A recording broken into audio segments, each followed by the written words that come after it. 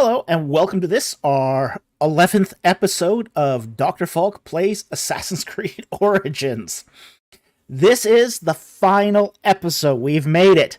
11 episodes of me playing Assassin's Creed Origins and giving you a blow-by-blow commentary of the history, the archaeology, and how close did they get it to being like it was in ancient Egypt. Okay, and again, we want to thank our sponsor of this this series, which has been AT Ministries. He's paid for the whole thing, so thank you very much for your sponsorship. We wouldn't and couldn't have done it without you. And we are so appreciative of your support of the channel. Also, I want to remind everybody that we are doing a tour of Egypt for reals, not a virtual one, a real Egypt and the Bible tour. So please be sure to sign up to that if you want to go, because seats are limited. So we want to make sure that everyone who wants to come gets a chance. Okay? You see, 11 episodes. How can a Bible channel series not be 12 episodes? Imperfect numbers. That's how. Okay, so with that said, we've got a few super chats to start off the night here, and 18 ministries. I tend to say there were 11 true apostles. That's true. And it's very interesting that it notes that the Bible actually does have that thinking towards the apostles, that there were an original 11. And to make a number defective, all you do is you minus 1. So, Judas doesn't get an episode. No, he doesn't. Okay, we're going to start the night here with some super chats, and then we're going to get into the game. And we got a really great area today to cover, which is Deir el-Medina and Kings Valley. So, our first super chat here is from AT Ministries for $4.99. Thank you very much for the super chat. How do we know Moses is Ramses I's grandson and not I's, Horemheb's, or Seti I's? Okay. Now, in the case of Horemheb, none of his children survived. Okay. Horemheb had no children. So he had no sons, no daughters. He had no children at all. So Horemheb is off the table. Okay, that was part of the problem with Horemheb when he took the throne. Was he was a general who had no children. He had a wife, but no kids. Okay, so it was never in the cards for him. In the case of I, he had, I believe, 2 sons, 2 daughters, and they all predeceased him. His sons never had sons, and his daughters never adopted children. So, I's children are not really on the table here. Now, there is a possibility it could be Seti I's daughters, but they'd be pretty young. There's only one daughter of Seti I that was older than Ramses II. So, when Ramses II came to the throne, Ramses was 2 years old. When Ramses I came to the throne, Ramses II was only 2-ish. So he was really young. In the case of, there was one older sister to Ramses II. We don't know how much older she was. So it is possible that it could be that older sister of Ramses II that adopted Moses, but she would be pretty young at the time. So it's not the most likely. Now, in the case of Ramses I, he had a large family. We know he had a large family. We don't know how large, though. He had a lot of sons and a lot of daughters. And Seti I was the oldest of the sons, but he had other brothers too, and those are just not recorded, as well as sisters. So the best candidate for someone to have adopted Moses is a daughter of Ramses I. Now, there's another reason why. And that reason is because royal daughters can't adopt, not on their own initiative. So, once I became king, that would have been, as soon as any of these guys became king, any of their daughters could not have adopted anymore. So of all the candidates here, the daughters of Ramses I are the best option. Okay. That covers that super chat. I hope that helped. Thank you very much for the super chat. The next super chat here is also from AT Ministries for $4.99. How old was Ramses II's firstborn when he died in Ramses' 25th regnal year? He was about 27-ish. We estimate he was between, say, 24 and 27 is where we estimate is his age at. We don't know for sure, but that's a guess. That's a good guess. He had probably been born before Ramses II had taken the throne, but he would not have had a lot of brothers or sisters at the time. So it appears that Amenhotep Khosrou was around, as I said, between 24 and 27 when he died. AT Ministries asks, what was his name? It was Amenhotep. He actually went through, he had several name changes. Okay. He's best known as Amenhotep Khosrou, but he also has called himself Sethir Khosrou, and he had one other name as well. Yeah, Amenhotep Khosrou. Yeah. It's a Cop.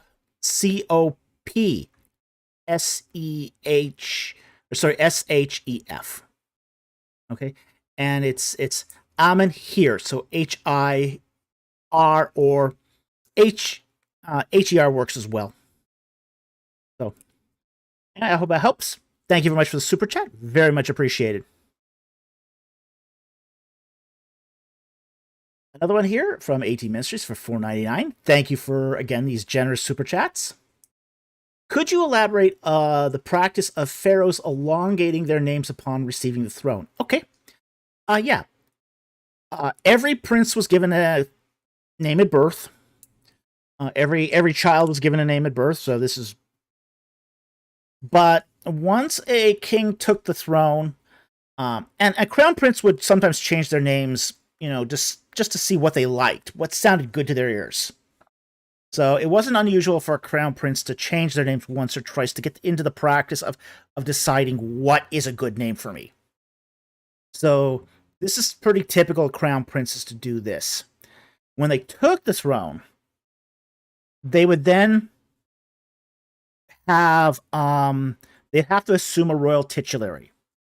And that's the 5 names that make up what they're going to be known as. You've got the nomen, which is the throne name. That's your Saray name. You've got your prenomen. And part of that prenomen is going to be the name you were given at birth. So, Ramses, what we use is not the throne name, but it's the prenomen. It's what he's been given at birth. Okay? And then they would probably tweak it a little to expand it a little.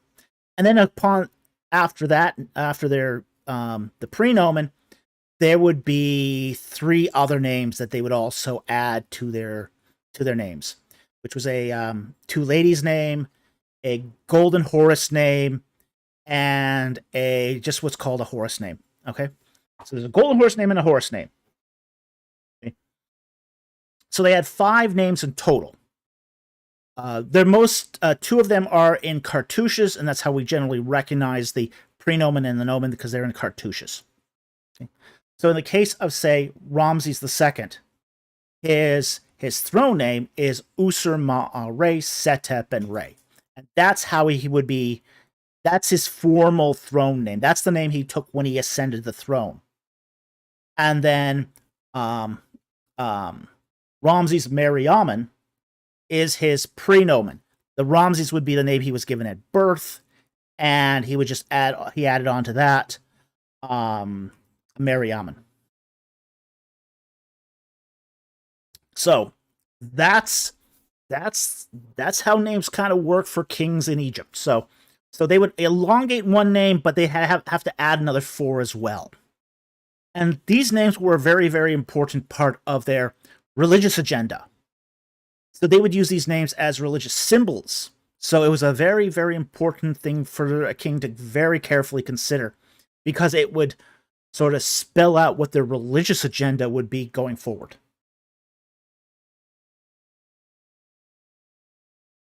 No, I didn't. Okay. Okay, let's take that. I'll take that comment. It's up here. Way down the bottom. All right, Darkblade says here, Japanese emperors have a personal name and an era name, but aren't called by their era name until after they die. During their reign, they're just called His Majesty the Emperor. Yeah. Yeah, that's there's something similar to that in Egypt. You know, especially, say, during Dynasty 19, the king would just be called Pharaoh. That was actually pretty common. In formal writing, you would say maybe the throne name. And if you want to get more formal, you would use the throne name and the prenomen. So they would have various ways of abbreviating this and formalizing it as the situation called for.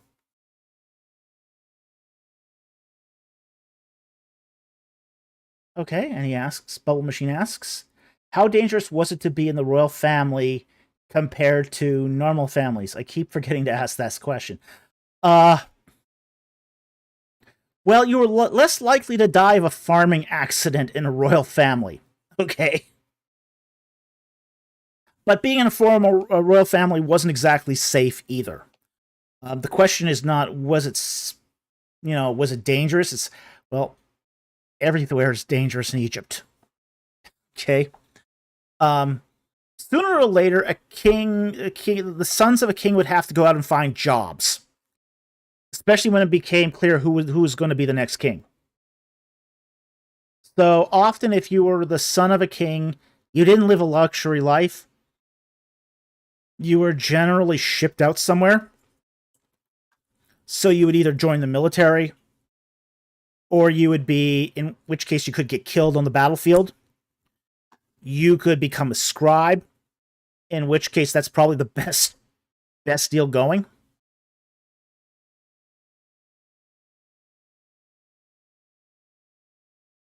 Oh, how much danger from your own family? Depends on the court intrigue. If you were the crown prince and the great wife, you were sequestered. So people didn't have access to you. If you were part of just the regular harem, nasty stuff happened in harems. Well, there was a lot of infighting, bickering, even people killing people inside the harem. So,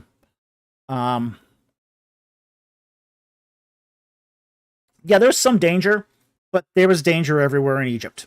Okay, so this wasn't something isolated to living in a harem where you could be offed by, say, your brothers and sisters. You could go out on the street and get hit by some maniac riding a chariot.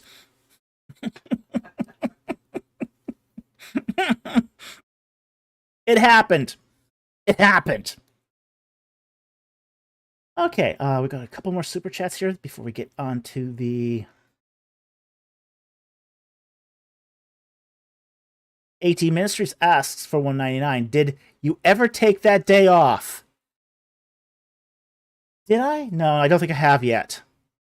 No, I've been really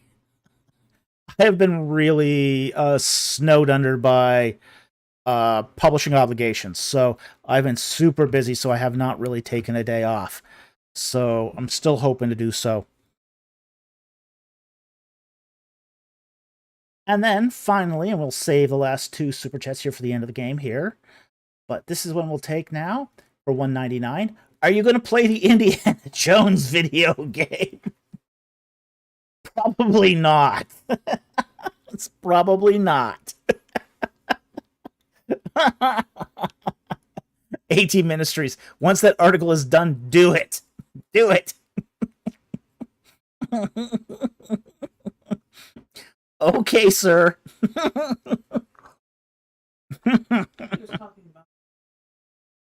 Oh, the day off. The break, not the game. Do it. Do it.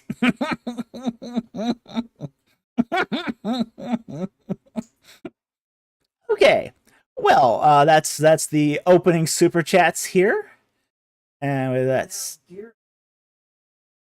Oh, now we get to go into Deir el-Medina.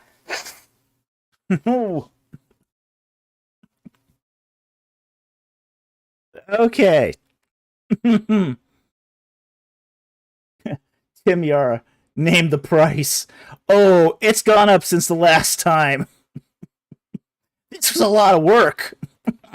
Yeah, it looks like fun, but it was a lot of work too. Okay. Let's see.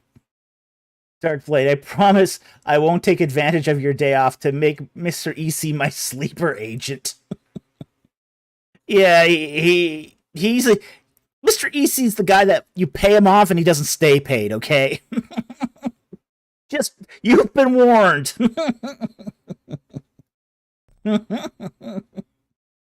Tim Yara, I meant the Indiana Jones video game. Yeah, I meant it too when I said the price has gone up. Alright, let's see here about the game. Okay, we're back here. And we are on the west bank of Thebes. And we are at the village here of Deir el-Medina. And is it? Something doesn't look right here. Just a second here. Let's expand that a bit. There we go. Get that looking a bit better here.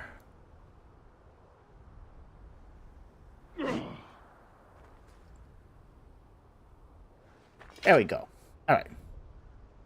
Full screen again. All right. Now, this is supposed to be the village of Set Ma'at, which is the workers' village at Deir el-Medina. Now, I will say a couple things about this right here, just on the offset. It does not look like the workers' village. That workers' village is still... the foundation of all these houses is still there at Deir el-Medina. If you go there and you visit Deir el-Medina, you can actually see the workers' village. First of all, there is a wall around the entire village. And there's no cliff right there, by the way. So there's an entire wall surrounding the village with guards. Okay. So where are the guards? I don't see any guards. A little bit of a wall there, but that's not really the wall.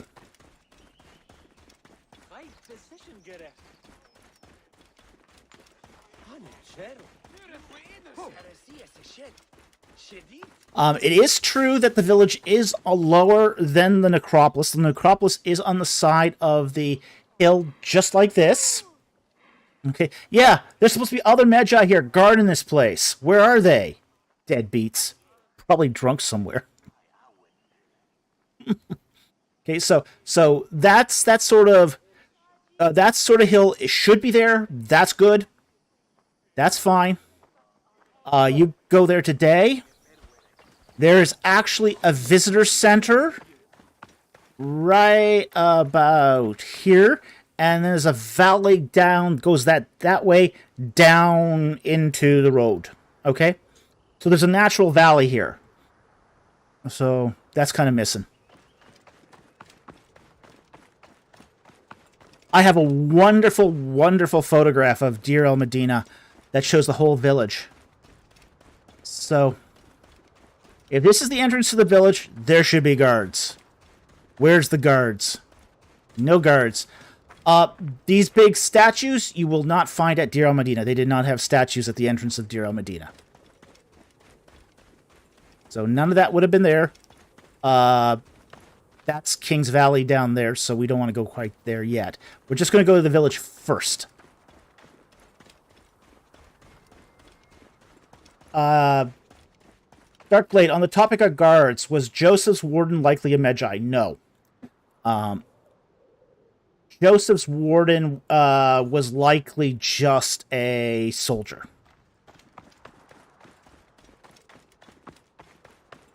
Magi were more like community leaders. They were policemen, they were community leaders, they were liaisons.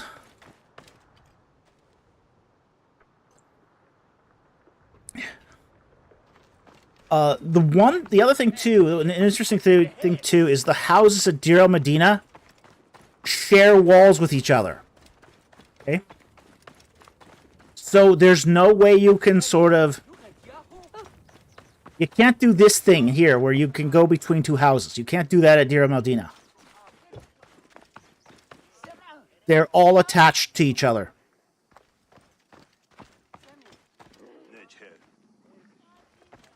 If you go there was a stairs at the front of a house at Deir el-Medina, like this. But there should also be a shrine right here. No shrine! Another set of stairs with a little shrine right in those brickworks. There should be a shrine there. So there's no shrine. Did they put it on the other side? No! No shrine! You pagan Egyptians. You pagan Egyptians. Double pagan Egyptians. You don't have the gods you should have. Where's your gods? But yeah, every house had a little shrine attached to it at Deir el-Medina where they were worshipping the household gods. So,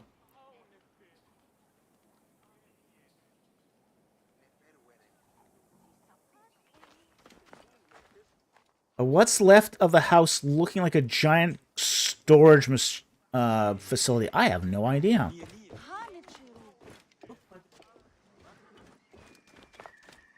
Yeah, I don't know what's supposed to be in here. And I can't break it. I have no idea what this is supposed to be. You never see pottery this size in Egypt, so I don't know what that's supposed to be. I think the game's kind of fantasizing there.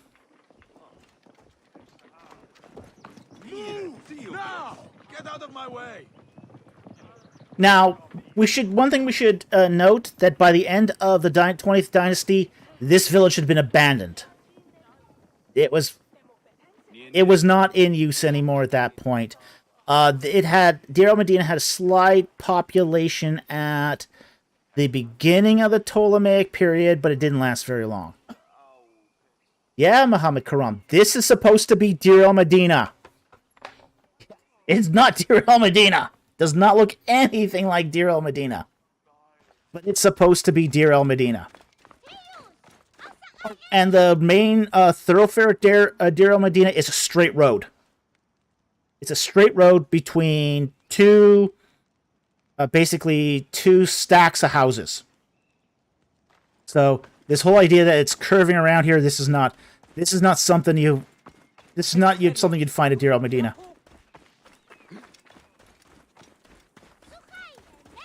Yeah, they took a lot of artistic liberties here at Deir el-Medina. Oh, look! We got mummies here! Mummy cases. Probably for sale. Now, one of the things that the people, craftsmen at Deir el-Medina did was they did sell their crafts. And, they would sell coffins, furniture, all sorts of little trinkets. This is something that they did there. So people could come to Deir el-Medina and they could buy the funerary crafts they need for the afterlife. Is a gold coffin out in the open here? It's just laying around. A gold sarcophagus. A pharaoh's gold sarcophagus just laying around, just ready to be stolen. Okay. Well, that was interesting. Now we got a well here, supposedly. Yeah, let's steal it. Yeah. Woohoo! Now, I'm not sure what this is supposed to be. Is it what is this, a wall of some kind? And why is this here? Why is there like a wall there for no good reason? Yeah, free gold. Yeah.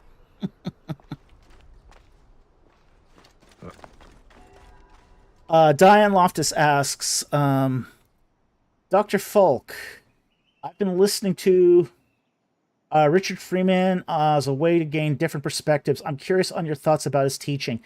I'm not a big fan of Friedman. He's better than some of them, but I'm just not a huge fan of him.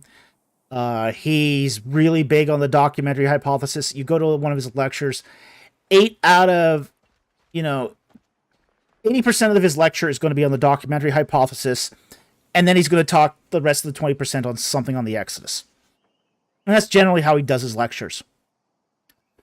I'm not a huge fan of the documentary hypothesis. I'm more of a supplementary hypothesis guy. I think without the documentary hypothesis, there'd be very little to his theories. But hey, so I'm not a huge fan of his. I know there are some people in my community that really like him. I don't care for him. But to each their own. But it is a good idea to get other people's perspectives, definitely. I will definitely say, don't make that a reason to not listen to him. Okay? Listen to him, carefully evaluate him, and then make up your own mind.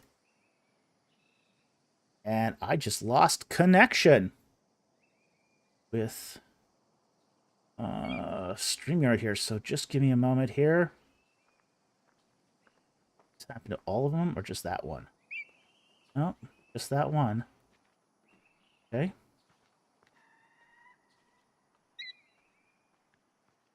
Take me a minute here to get back, hopefully. It doesn't happen very often. Okay.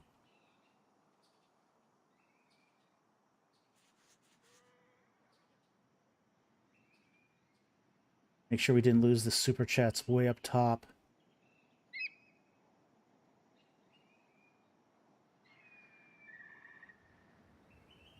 Okay, we did lose some super chats.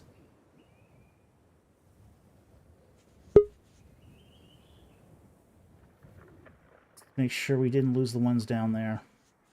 This will just take me a second here just to make sure that everything is sort of... I am going to... It's going to take a second here.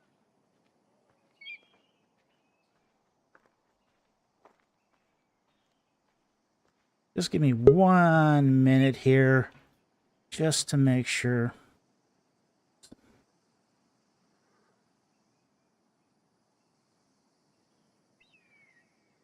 Just to make sure I don't lose these again. Okay. So. Yeah. StreamYard, I just got a disconnect from StreamYard. So that didn't affect the video signal, but it does affect some of the how I'm able to post the super chats. But I've got a third window up that I think we can use. So it's just going to take me a moment here to make sure I save those last two really important super chats. Otherwise, we could end up missing them. And it's just taking its sweet time here, isn't it?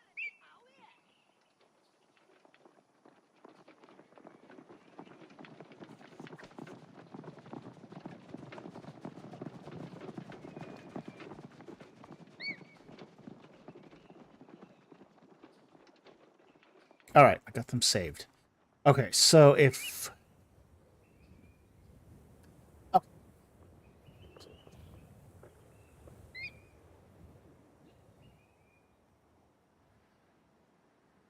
Okay. Okay, so I've got them. I've got them saved. The screenshots of the last two saved. Should the other window go down, and that's the danger, is we lose all three windows. We lost two of the three. So losing two of the three is bad, but it's not the worst. But if we lose the third one too, then that's actually pretty bad. Okay, so we are back here. Sorry for that pause. We'll get back to yeah, to err as human. To really mess up requires a computer. Boy, doesn't it. Okay. All right, so back to Deir el-Medina here, or what's supposed to be faking as Deir el-Medina. Now, I'll tell you this. Deir el-Medina is located in a valley. Okay? It's located in a valley. When you go to Deir el-Medina, there's a mountain on one side and the necropolis on the other side.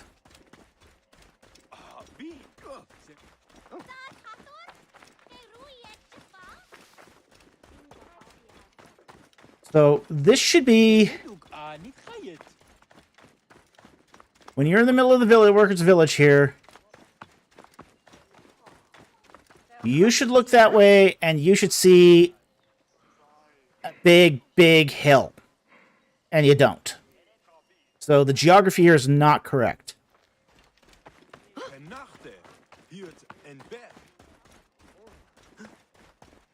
But let's see if we can get into the necropolis here.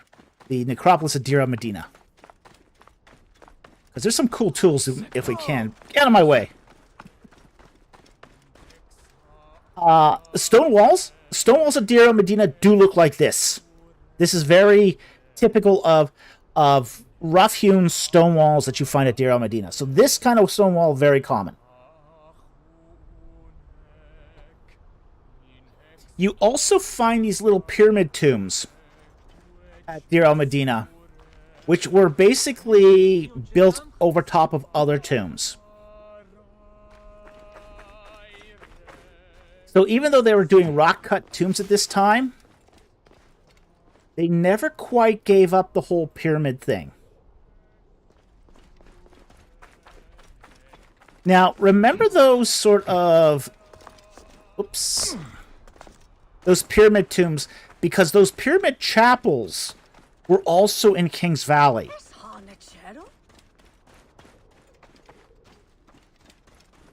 I'm supposed to loot these tombs?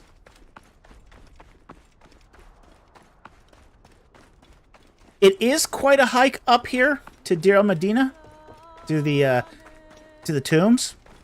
So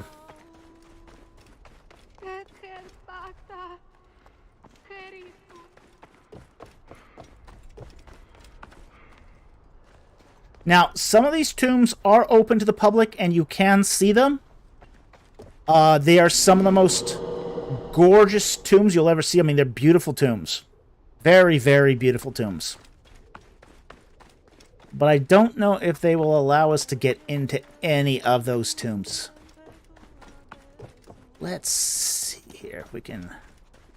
Forgive me. I could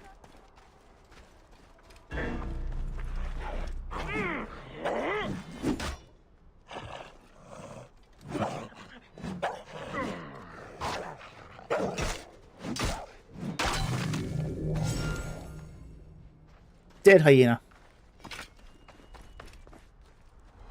Loot.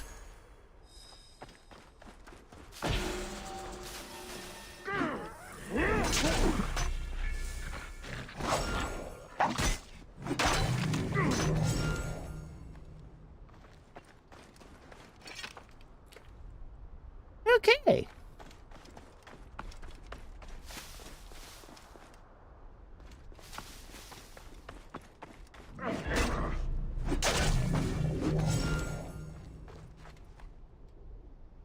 Yeah, you wouldn't have gotten hyenas this close to civilization. Not a Deir el-Medina. You would have gotten some wild dogs. Wild dogs, yes. Jackals, yes. Hyenas, no. It's too close to civilization for hyenas.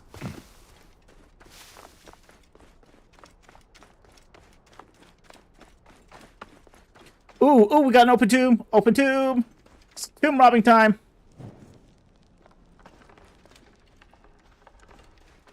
Okay.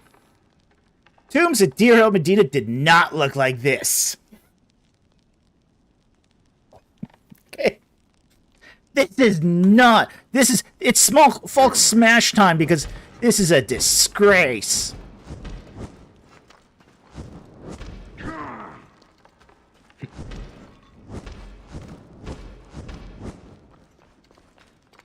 All right. Tombs at Deir el-Medina were vaulted. These were the guys that made the tombs of the kings of Egypt in Dynasty 18 and 19. These were artists. These were absolute artists. And when they weren't working on the tombs of kings, they were working on each other's tombs. Oh, this is a shambles of a tomb. Tombs at Deir el-Medina were highly decorated. They were painted. They were vaulted. They had many rooms. They were gorgeous. They were some of the most beautiful tombs in Egypt. And this is a disgrace.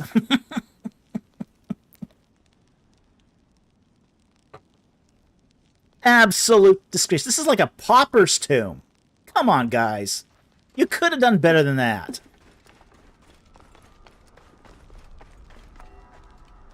That the best you could have done for a Deir el-Medina tomb?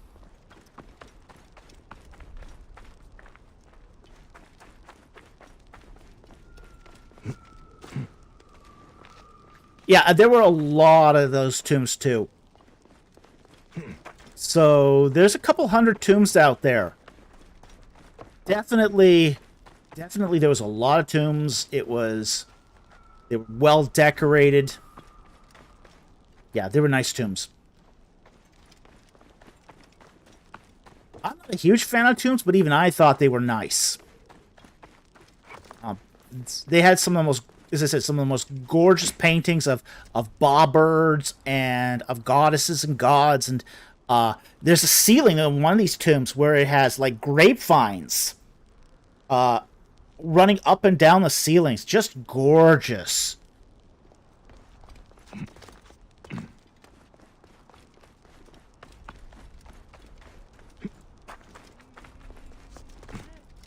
No nice tombs for you guys.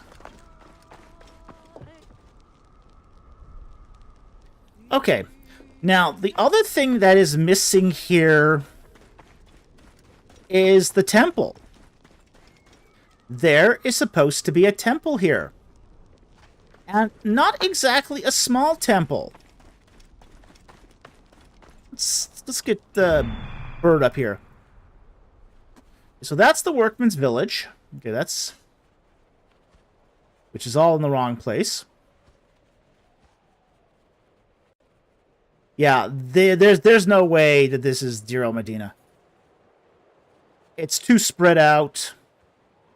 It's just, yeah, that's not it. They took a lot of liberties here. But there should be a big temple here to Amenhotep the First. So there's supposed to be a big old temple there.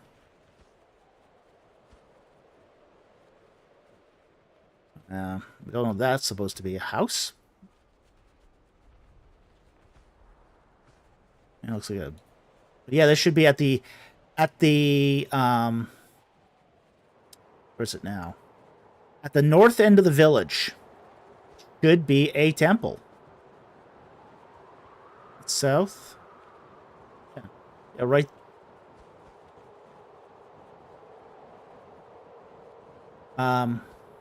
Oh, look at that. You can see the Ramesseum. Okay, that tells you too that this is that Deir el-Medina is way too far I think that's Deir el-Medina. Is that the Museum? Yeah, that's supposed to be the Museum. Yeah, it's Deir el-Medina here is way too far north. It's way too far north. Yeah, it should be way over there. Okay, so they've messed up the geography here. Okay. So, no Temple of Amenhotep the First. Sorry. So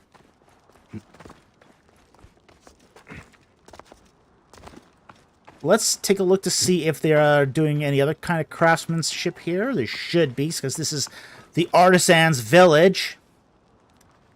There should be lots of artistic activities going on here.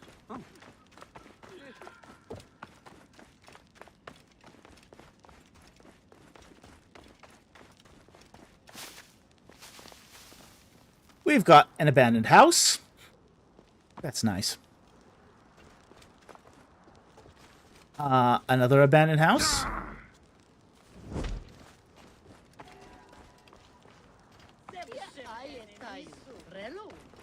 A cave. Workers' necropolis here.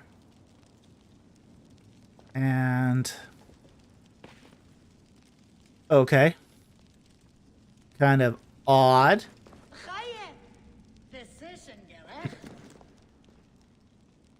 Yeah, this is strange. You wouldn't see just mummies just lying there with let's... yeah, what's this supposed to be? I don't get it. Clutter. Clutter. Yeah, mummy clutter.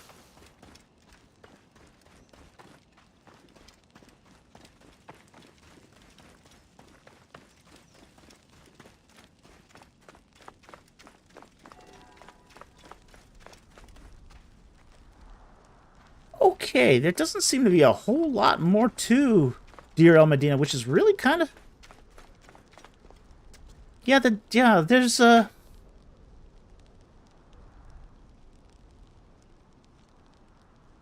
that seems to be about it to Deir el-Medina. So I think they've lost a bit of an opportunity here. One of the most artistic. Yeah, one of the most artistic places in all of Egypt. And they did it bare bones. And they did totally bare bones. AT Ministries, not my workers' village. Yeah, I'll say. Whoa. I want my money. Blue duck. Logan duck.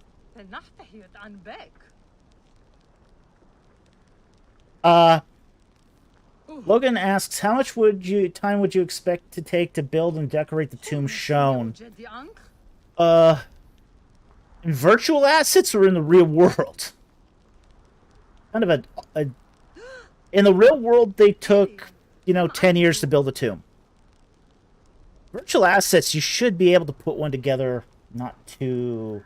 At least a respectable facsimile and not that long. One of the things about these tombs is some of this stuff has already been scanned in. There have been, like, for example, I think it's, which one is it? One of the, I don't remember which one it was. Some of those tombs at Deir el-Medina have already been scanned in and digitized. So it's kind of odd that they weren't able to either license those images or at least do something similar. The architecture of these tombs is not that big a deal that they couldn't have done something. Going to do. I think we are. Yeah, I think we're going on Deir el-Medina on the tour. Yeah. I would hope we're going to Deir el-Medina. If not, I'm going to make sure we go to Deir el-Medina, because I want to go to Deir el-Medina, because Deir el-Medina is cool. We learned so much about Deir el-Medina, it's not even funny. Almost everything we know about the economy of Egypt, we learned from the garbage pit at Deir el-Medina. By the way, that garbage pit... Is the garbage pit on the itinerary? No, the garbage pit's not on the itinerary. But I hope Thebes is. Okay, West Thebes is. So, we are going to try to make it to Deir el-Medina. The garbage pit should be somewhere around here, too. The big old pit in the ground. But from that pit, they recovered like 1,000 ostraca. And all those ostraca are various receipts, mentioning how much each item costs, bills of lading, receipts of a large variety of kinds, contracts, various civil documents. And that told us a lot about how the economy of Egypt worked. More than practically any other source in Egypt.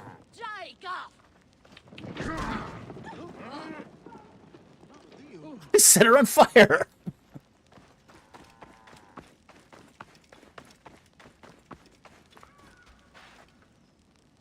Oh no! Horse cart! Ox cart!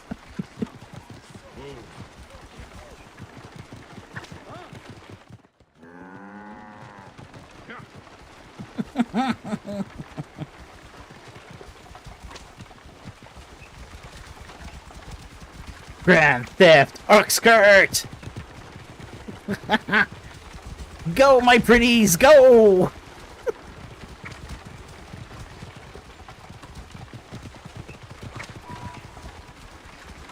Alright, now we're in Valley of the Kings. Woohoo!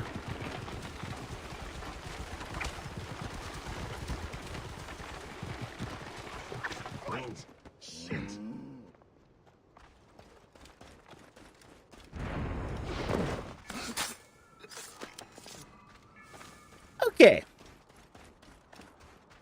Now, let's talk about Kings Valley, because we're here. At the time of Kings Valley, by the time of the Ptolemaic period, Kings Valley had been completely abandoned. There was nobody here working. Nobody was building tombs in Kings Valley at this point. It was an abandoned necropolis. It had been abandoned since the end of the Dynasty 20. There was nobody making new tombs in Kings Valley since the end of Dynasty 20. When the Egyptian New Kingdom sort of fell apart, the supplies that were sent to feed the people at Deir el-Medina ceased. They went on and did other things. The village was abandoned, and so was Kings Valley.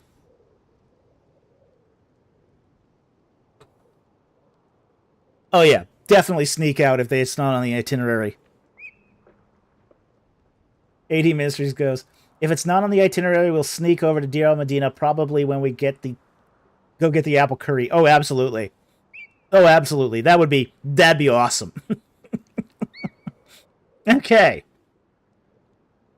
So, when we look at, say, Kings Valley, we are going to be talking about the various kings and what's here. Now, I'm not expecting any of this to be geographically correct. I'm already looking at this, and I'm just kind of going, nah, this is not looking all that correct. So, by the time we get to the Ptolemaic period, almost all the chapels that are in front of the Valley of the tombs have been destroyed.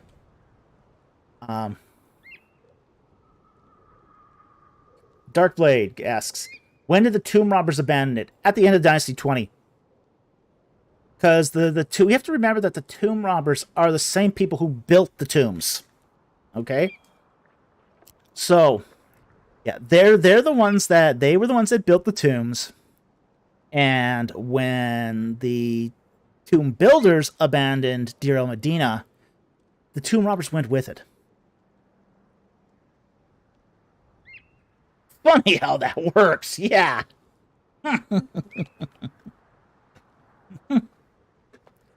AT Ministries asks, if we find something, can we keep it? No. Oh, no. No, don't do that. Don't do that. That's a way to get arrested. Yeah, don't do that. Now, in all honesty, you could probably get away with, say, a pebble you find.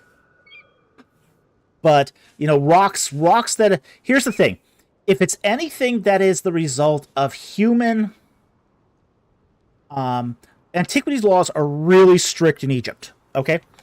So the way it works in Egypt is if it has been the result of human activity more than 100 years ago, you can't take it out of the country, okay? So no ostraca, no potsherds, There. no scarabs, no sand that's been moved from one place to another. So even if it's natural sand, if it has been moved from one place to another, that's considered the result of human activity and it is illegal to export. So if you find, say, piece of sand, some sand at that had been shoveled out of Kings Valley, you can't take it.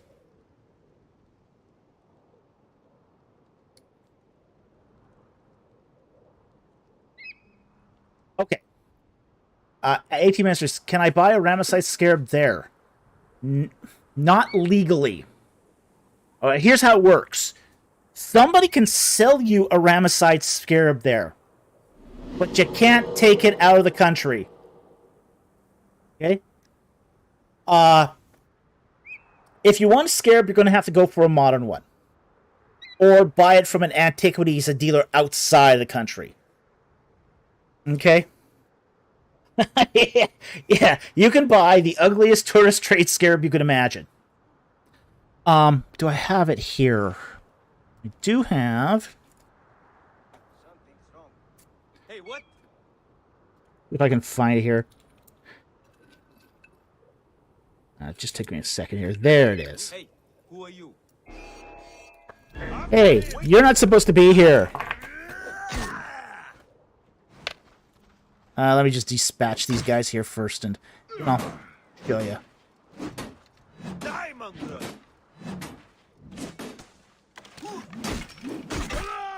Over here!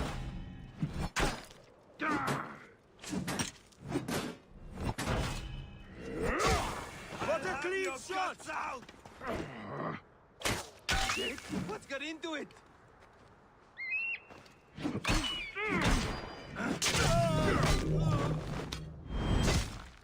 Okay. Now we'll be taking care of that. You can get lots of these kinds of scarabs, okay? I'm going to try to get this up to the camera here so you can see it. You can... all sorts of these, you know. Some places you'll get these for free, too. You know, you buy something at a merchant, and they'll sometimes throw like 3 or 4 of these in the bag with it. Okay? Keep these. They're useful. They're great for gifts for little kids. If you want to make like little jewelry out of them, they've got holes in them so you can run a cord through them. I use these for doing infrared photography. Okay, they're actually really useful. Okay, so yeah, you'll get lots of tourist-made scarabs, but don't get the real thing. There will be guys out there that'll sell you the real thing. Don't buy it, because you can't take it home.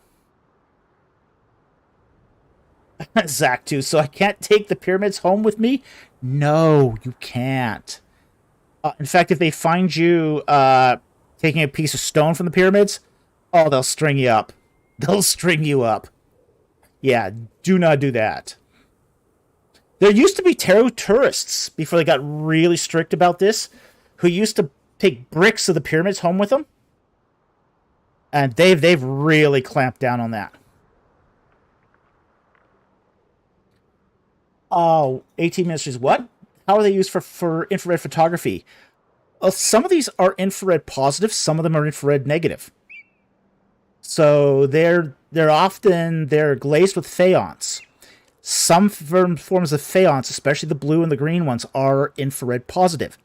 You can use this as a positive or negative sample when testing out infrared photography. So to make sure your setup is done right, you'll often put a couple of these on a test shot just to make sure. Now this one here is infrared negative, but I've also got some that are infrared positive too.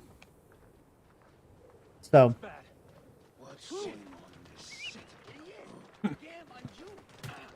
Okay.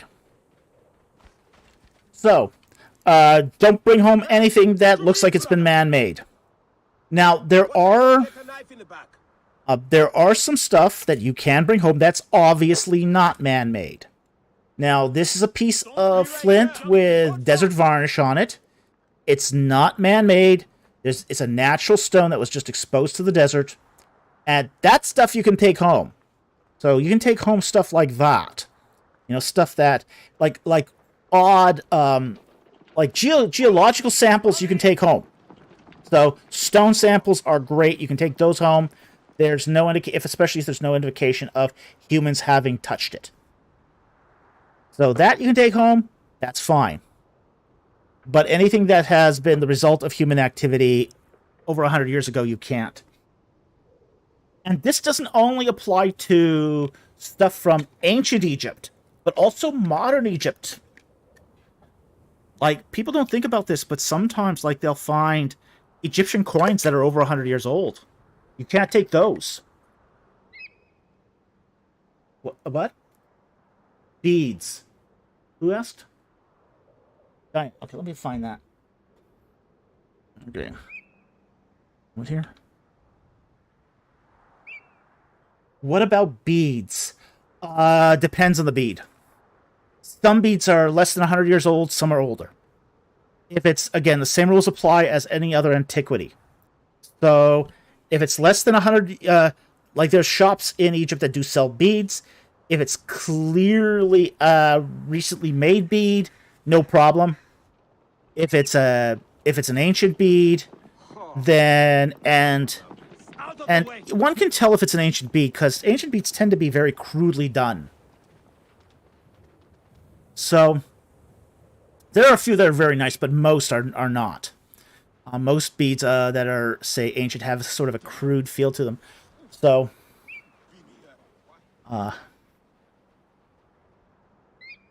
AT Ministry says we're going to meet in Egypt, right? Yes, we're going to meet in Egypt.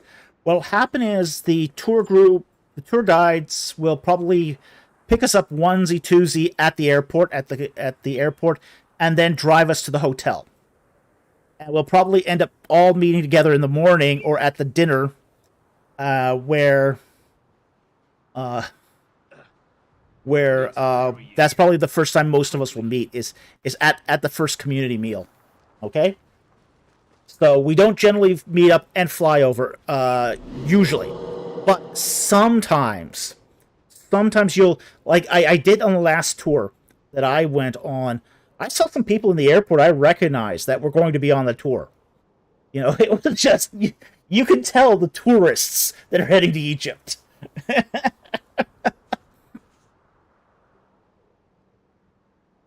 So, yeah, definitely. When are we going to get the do's and the don'ts speeches?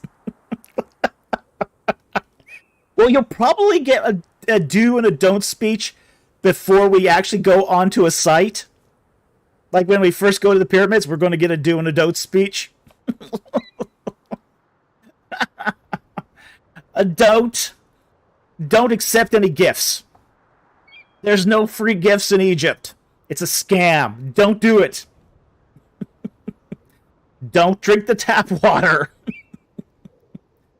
Don't eat anything that has been washed.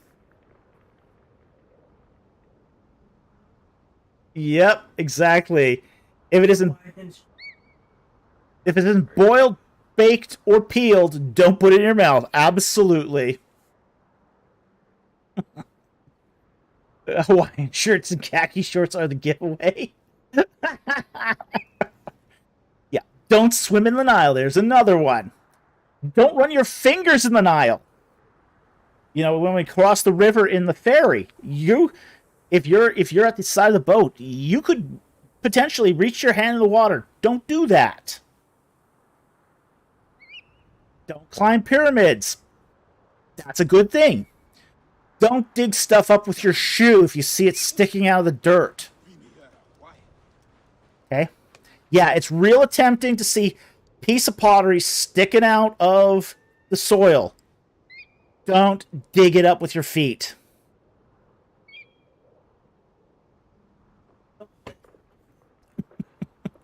Don't let Dr. Falk behind the deal. Absolutely. 18 ministers. Even touching it is dangerous? Yes, even touching the water is dangerous. Some of those parasites have the ability to burrow into your skin. Okay? Yeah. Don't touch the water.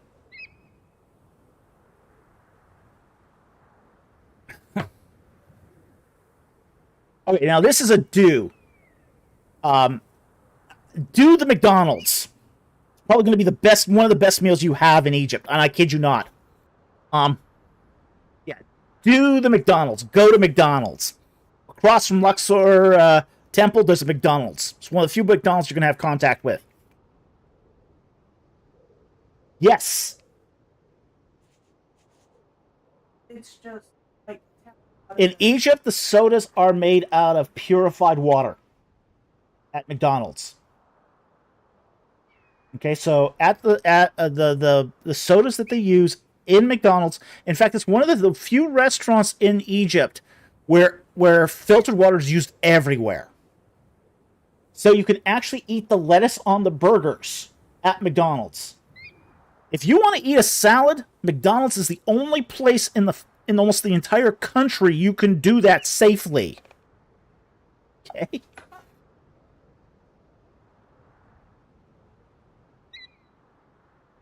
Yes, do negotiate the involved currency and the amount.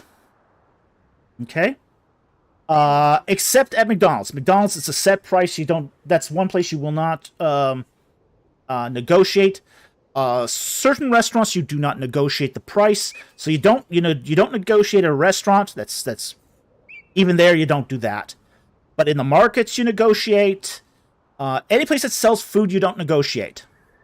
Okay? So, oh yeah.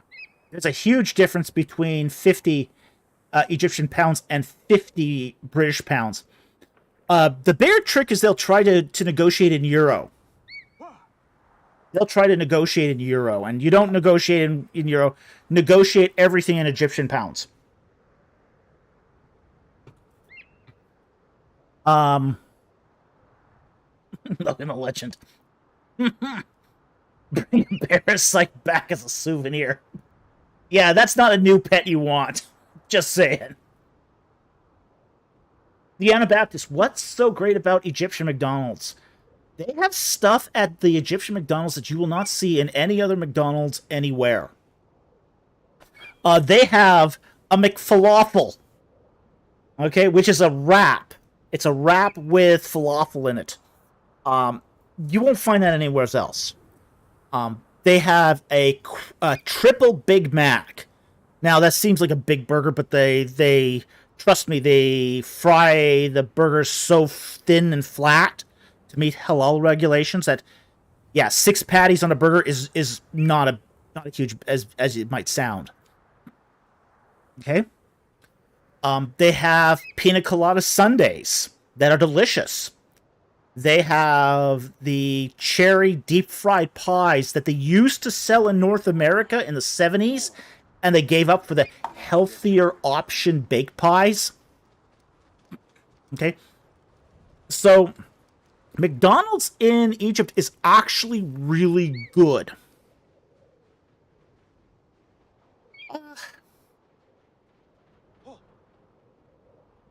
Where did I see that Diane one? Thought. Yeah, okay. Yes. Is negotiating there harder for women? No. I guess you could say it's harder because they're less likely to do it. But negotiate hard. Negotiate hard. And use a sense of humor when you do it. That's a huge thing.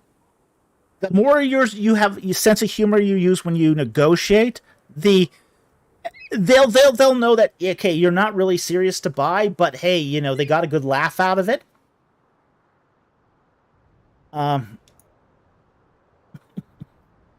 You know, there was several times then. The thing is, when you do negotiate, And if you really don't want to, you really don't want the item, you'll set a really stupidly low price. You know, if they take that stupidly low price, and they probably won't. But if they do, then you've got an item that you can give away to someone else. That's not a huge deal. But you do a stupidly low price, like 10 Egyptian pounds for a scarf. That's $1. Okay? And you know, they'll accuse you of being cheap, and that's fine. You know, you sort of roll with it. Yeah, okay, that's fine. And it's like, is that the best you can do? It's like, well, you know, okay, I'll give you 11 Egyptian pounds. Or 15. Okay, $1.50. Okay, so this is for items you really don't want. And they'll say, I had one guy go to me, well, why are you being so Scottish? I thought to myself, dang, the reputation of the Scotsman is really not good here, is it? And I responded to the kid. I said, if it ain't Scottish, it's crap. It's like... There was another one where there was a scarf I was actually looking for to buy my wife, and it was like, okay, I wanted a nice... I had been told by her to buy blue or purple. Okay? But no greens or oranges, okay? So, okay, I had a color code that I had to go with. And the guy, you know, tries to sell me an orange scarf after I tell him, you know, I only am interested in those colors. And, I mean, it was a gorgeous orange scarf. He wanted a lot of money for it, though. He wanted like $25 for it. So it's like, no, I'm not interested in it. So it's like, but he was insistent to try to sell me this orange scarf. And I said to, like, what did I do to you? How have I hurt you that you would want my wife to hate me? I told you, oh no orange. I said that's her most hated color. You know, have I hurt you in some way? Did I really injure you that you would want my wife to hate me forever? What cause did you have to do inflict such harm upon me? And I'm doing this as I'm walking out of his store, and I turn around the corner. There's this old guy playing chess, and he turns to me and says, and waves his finger and goes, "You're a cheeky one, aren't you?"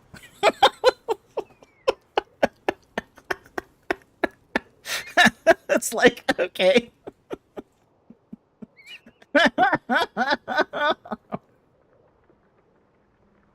So yeah, if you treat negotiations like that, you know, it can be a lot of fun. It's a lot of fun to negotiate. It's a lot of fun to haggle. You just can't fall in love with anything. Okay?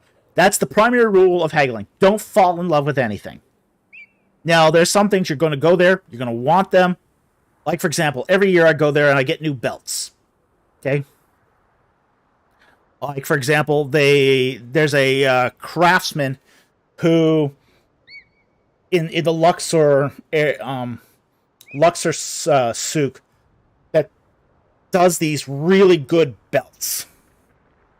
Really, really phenomenal belts. And they're cow leather. They last forever. They're much better than any belt that I can get here in North America. Just are fabulous belts. And I've bought from him now 3 times. And it's just like, every time I go there, and the first time I went there is because I had a belt that broke. So it's like, okay, I need a new belt. And I went there, and, I mean, I'm still wearing the very first belt I bought there. These things last forever. And I bought that belt in 2013, so it's like 11 years old. Still wearing it. But these are phenomenal belts. But frankly, when he asks for full price on it, you know, okay, I'll negotiate just a little. You know, just you go in there and you know you're going to buy it, and you know you don't have a lot of negotiating power because you really want it. Would you negotiate just a little? See something?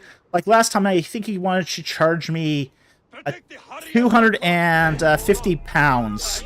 And I said, how about 180? He goes, okay, 180. Since you're a repeat customer, 180. Alright, who shot at me? Who shot at me?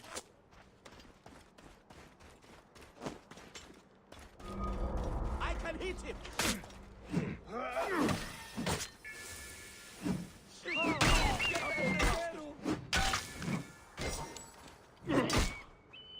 Oops, sorry.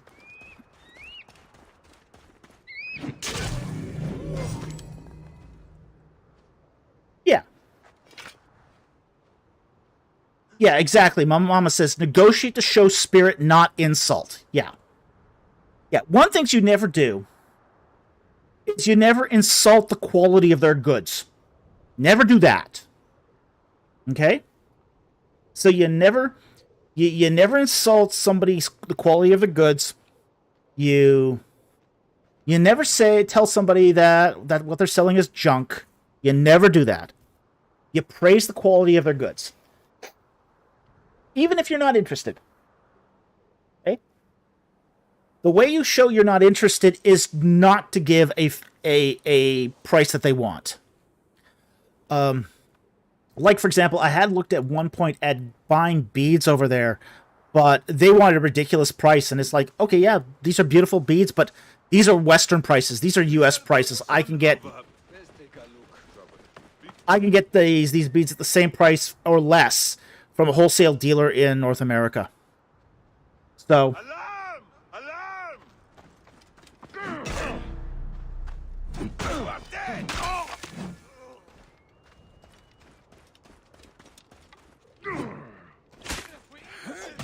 Death for you. what was that? I don't trust Chuck Mistler.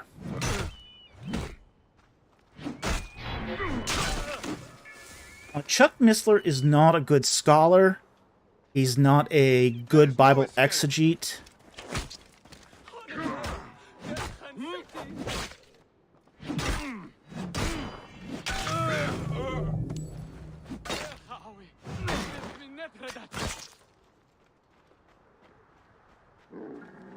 Yeah, I like what Mama said here. Barter with humor, not bite. Exactly. That's exactly what you want to do. Barter with humor and not bite. ET Ministries asks, ooh, can I get Coptic beads? Yes, you can. The place to get them is in Aswan. Again, you might have to pay a bit for them. They may not be cheap, but you can get them there. Now, there's some things that you could get, used to be able to get that you can't, it's harder to get now, that are very, I wish you could still get there, that you can't get anymore. Like a good oud. You can't get an oud anymore. Any oud you're going to get now in Egypt is going to cost you easily $1,000 or more dollars. Ouds used to be really inexpensive in Egypt. You can't get them anymore because almost all the luthiers are out of business.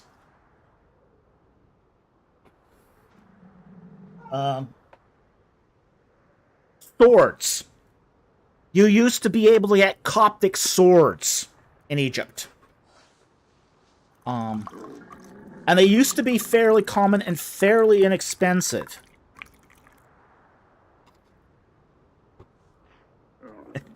Actually, you would not have to mail that home. Put it in your, your, whatever it is, the luggage compartment. Yeah. Yeah. Oh, yeah. What was cool about these swords was that they look very similar to Crusader swords. I want a Coptic sword. Yeah, I do too, actually. I would love to get my hands on a Coptic sword. Yeah. You can still get the little the drums. You can get those, but even those are getting harder to get now. So a lot of stuff that a lot of the traditional crafts of Egypt are getting hard to get now. And a lot of this is because Egypt is becoming a cell phone culture. It's sort of abandoning those old crafts. So but as I said, I'd love to get my hands on a Coptic sword. I'd love to get my hands on a oud, a nice oud that plays well. I'd love to get my hands on, some of the traditional old crafts of Egypt. But it's getting hard to find now. That stuff's getting hard to find. Okay, let's... 18 Ministries. What is an oud? Okay, let me see if I can find a picture of an oud here. Just give me a moment. Okay. Let's see.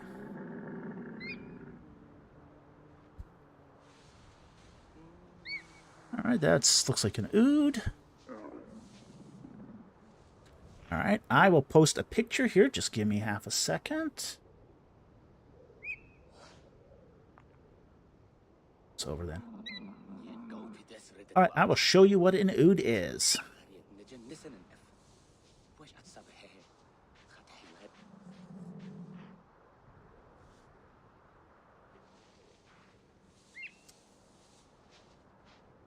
Streamard. There we go, that's an oud. Alright, that is an oud. Okay? It is a musical instrument. They used to be everywhere in Egypt. You could used to be able to get these at almost every souk in Egypt. It's very similar to a lute, but it's not a lute. Okay, it's very similar, but it's not the same. I keep thinking of Doctor Who every time he says that word.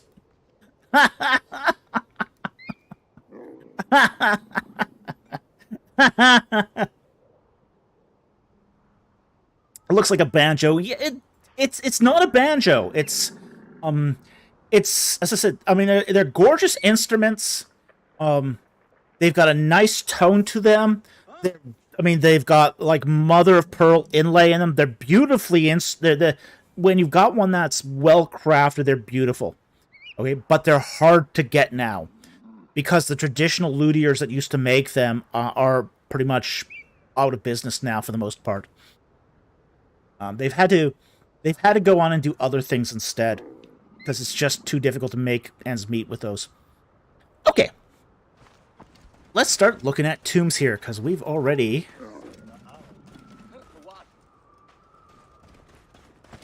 Oops. Okay. Yeah, what are all these soldiers doing in King's Valley? I don't get it.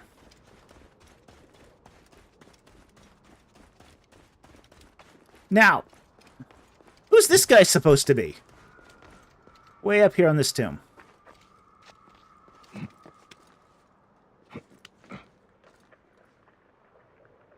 Okay, I can sort of see a cartouche here.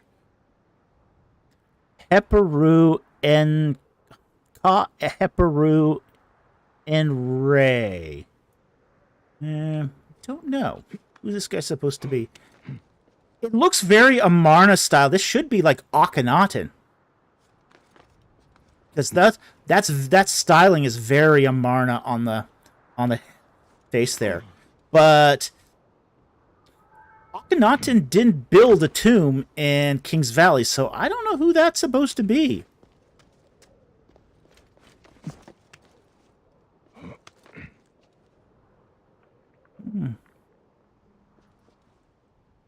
Now, that is a Ray name. That's not an Aten name.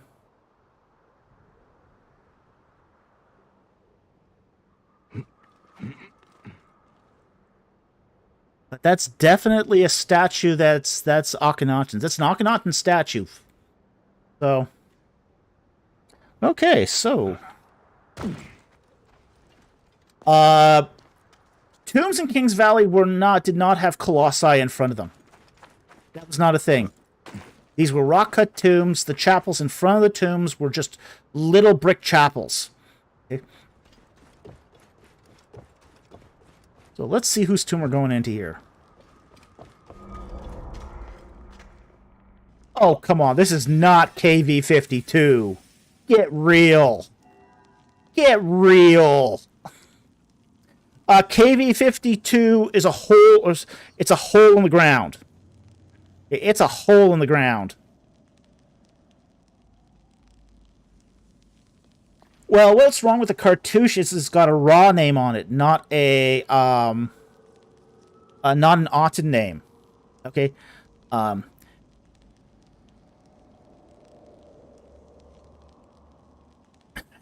Must be KV-55. Assassin's Creed, yeah, must be.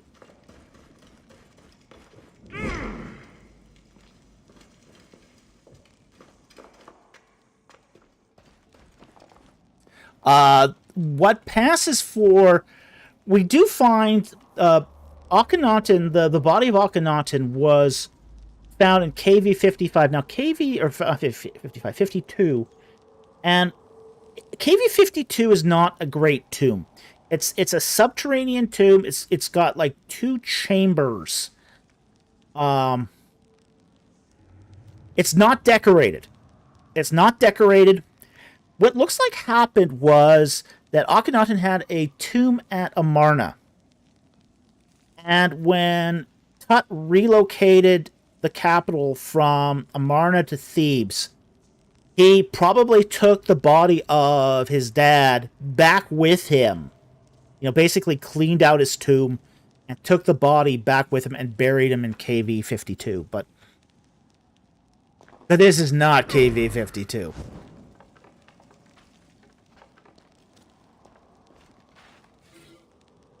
Proclamation. Yeah, there is no Amarna stuff like this in Kings Valley.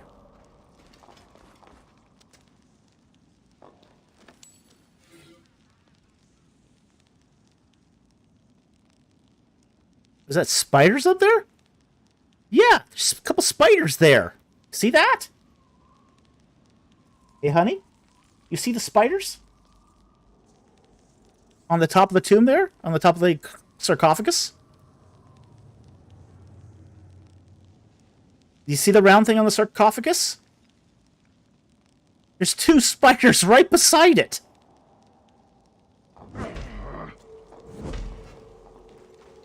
Creepy. They're not moving. Whoa.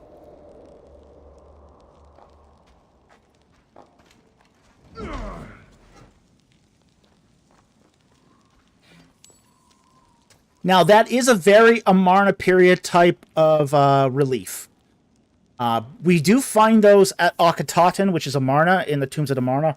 We don't find... we find a couple of these Amarna period reliefs outside of Kings Valley.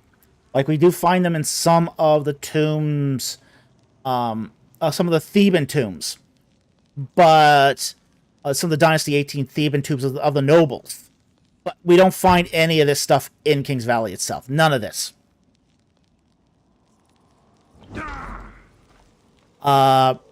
We should be expecting, if this is the tomb of Akhenaten, there should be a lot of Amarna ware in here, which is the special blue Egyptian ware.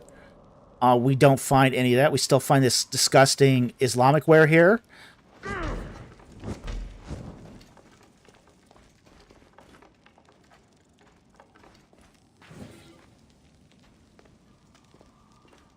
Okay, so this was supposed to be the tomb of Akhenaten. Yeah. Right. Sure it was. Hmm? Okay, I'll take that.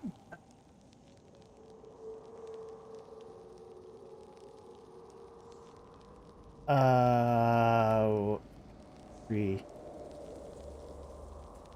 Okay, Mama asks, opinion on the BMA's commentary by Warren Wiersbe.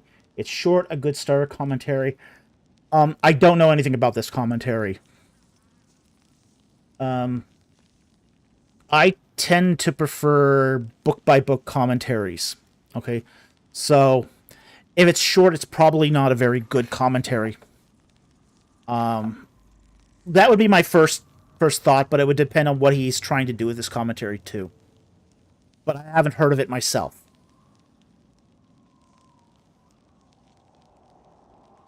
Okay, so let's get back to this. Get down here. Most commentaries are going to be beefy, if they're any good. And they're only going to be restricted to one book of the Bible. So if you want a good commentary on any book, you're going to have to, any part of the Bible, you're going to have to buy the book. Like, for example, a Book of Exodus commentary. Okay? There's some good commentaries on that, but you're going to have to buy that separately. There's not going to be sort of one short one that covers everything. And even if it's a short commentary for like one book of the Bible, it's probably not going to be that terrific. I know. Commentaries are expensive. It's a pain in the butt. But This is why. yeah, this is why you find a good seminary near you, and you get a community card. Okay, a borrower, a community card that allows you some borrowing rights in the community. Bubble machine lies. An Ood is a bald, sharply dressed alien that has spaghetti for a mouth. My producer agrees with you. A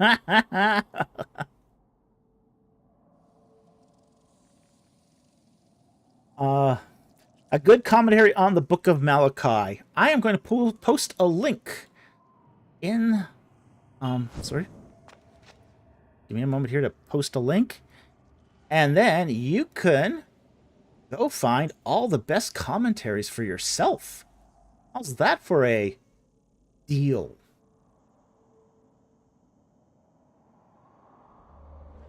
Okay, let's see if I can...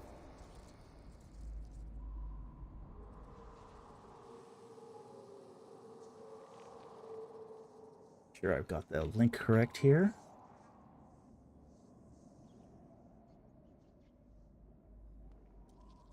There. Okay, it will. I'm going to post a link here.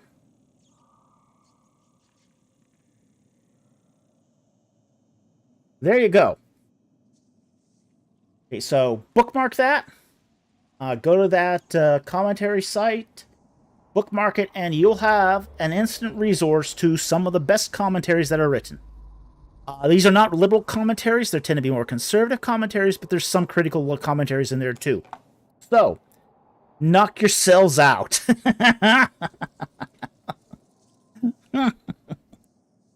That way you're not dependent on me anymore for what's the best commentary. Okay, let's see. Back to... Uh-oh, where are we? Down, down! Into Akhenaten's tomb. Okay, where's this?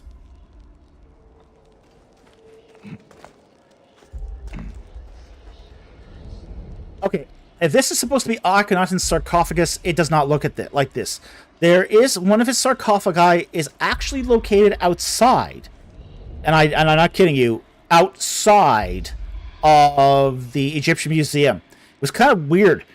You went through the Egyptian Museum, you saw all the exhibits inside, you went outside, and there's this stone sarcophagus in the courtyard, exposed to the elements.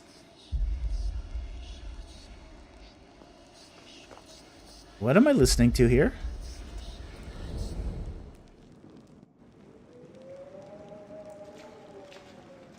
Okay. I'm gonna go home.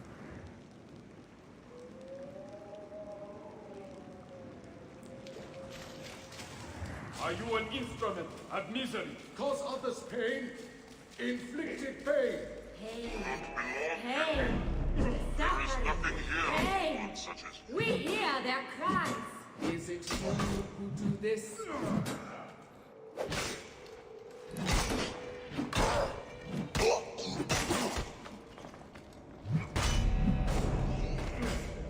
I've never gone into a tomb and have this happen.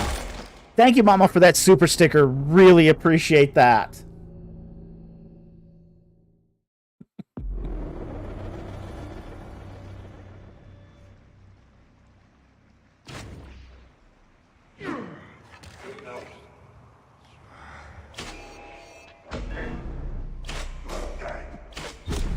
Let's finish this!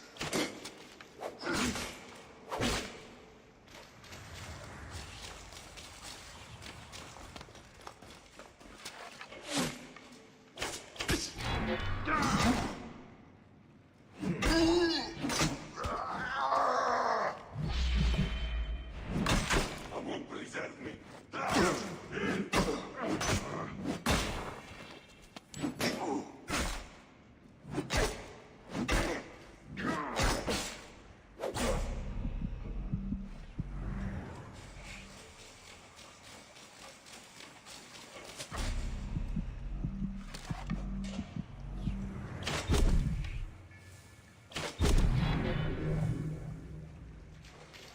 Down you go. Loot. What, they're only these are supernatural beings and they only have one coin on them? Cheapskates.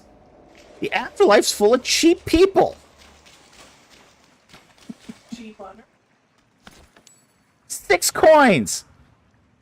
This guy all decked out in gold has 6 coins on his person? That it? You gotta be kidding me. He's got nothing.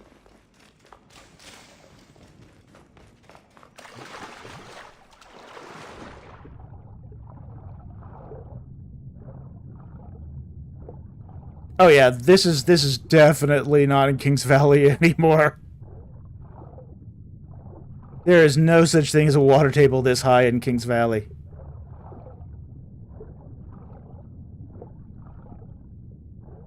Where am I swimming to?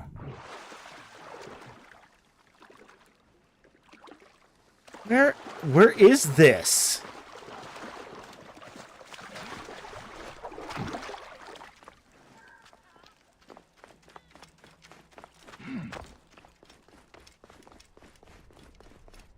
I have no idea where I am.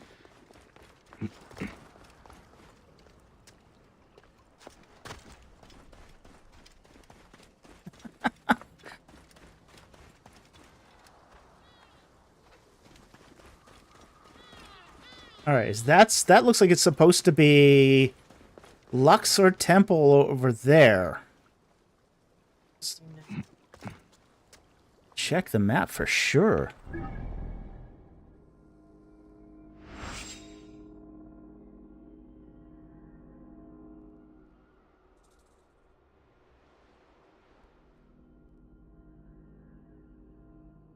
Somehow I went back. I teleported back to Thebes. Wait, am I in Thebes? Where am I? The map's not actually helping me here.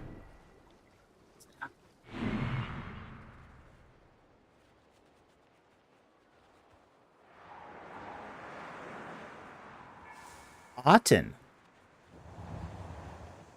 Where is this? Oh, it's the spirit world. Oh, look at that. Oh, joy. Oh, great. Fantastic. I'm in the Aten. Wonderful. Not where I want to go. How do I get back? Right.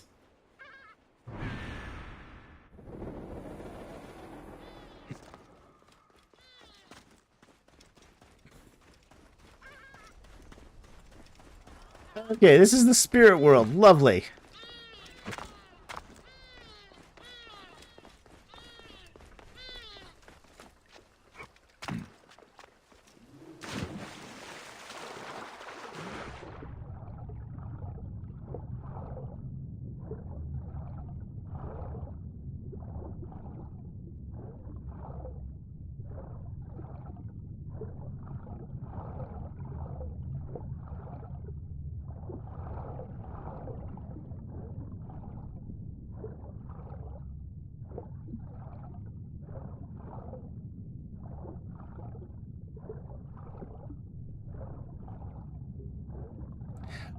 really hot and be on the tour. Does it mean I'm dead? Could be. Okay, well, at least it's not a one-way trip.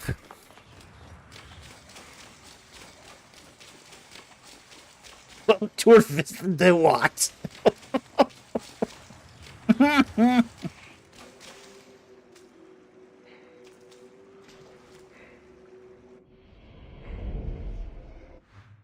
Okay, revisit afterlife areas. Oh, lovely.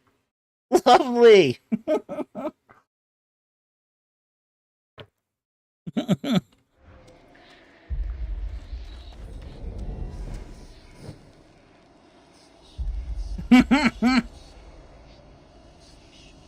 The water may be safer, but you're dead, so how would you know? Yeah. Is the spirit world water safer than the Nile? I don't know. Mama says, does that mean you're dead? Could be. Alright, so now we've unleashed... We've not only managed to visit the underworld, we've also unleashed, apparently, an Anubis demon onto the world. Fantastic. Fantastic!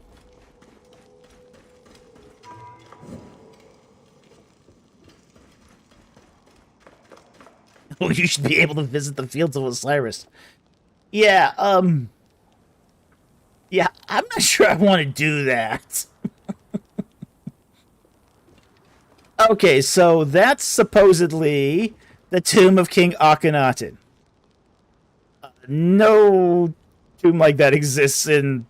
Shield me, brother! I must not fail!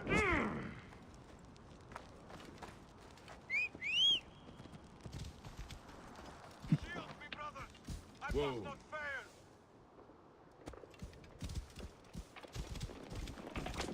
Let's take a look at another tomb. Let's see what we got. Do we got one over here?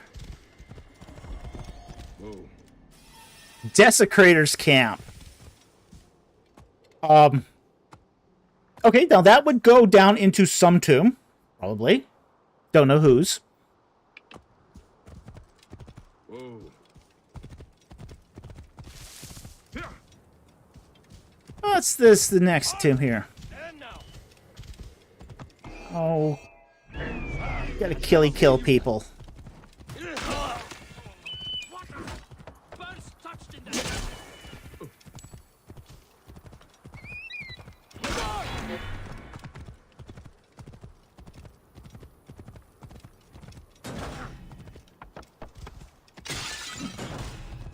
You're finished.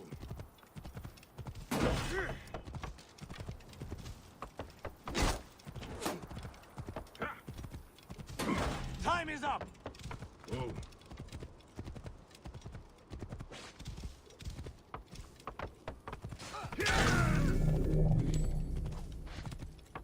Hmm?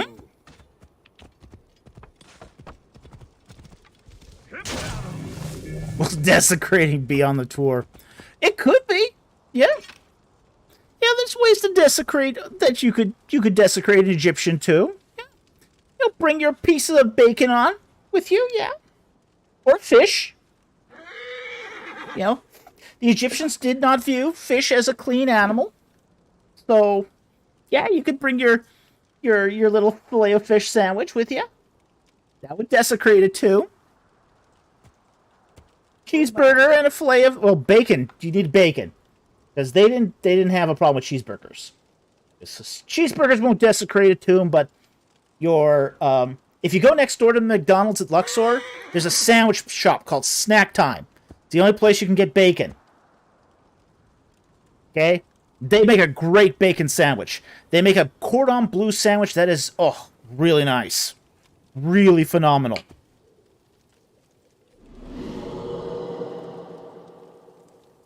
So you get one of those cordon bleu sandwiches at Snack Time. You know, it's got a nice little chicken, you know, cordon bleu with strips of bacon.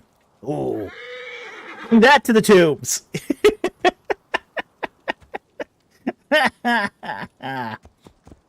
All right, let's see what we got in this tomb here. Whoa.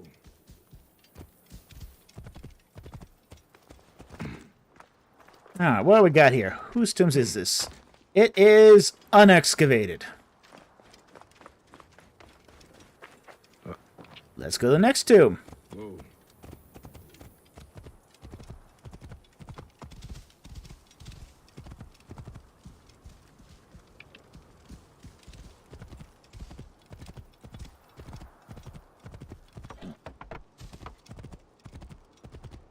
Whoa.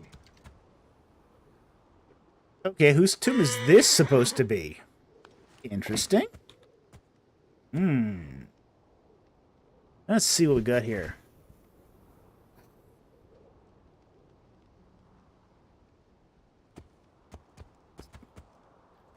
Yeah, we got some stuff on the outside here. We've got the Thompson twins in mummified form here. Why two exactly the same? I don't know. It is common to find multiple coffins in a tomb. That's common. They're usually different sizes, though.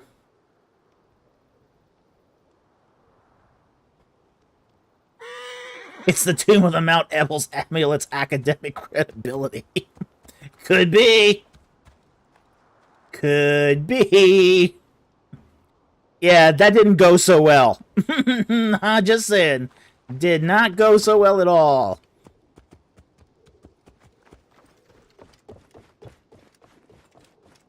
Yeah, they didn't put banners up on people's tombs like that. That's not a thing.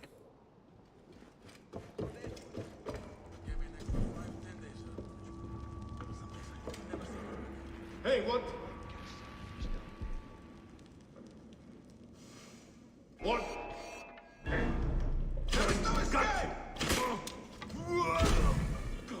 Kill you for that.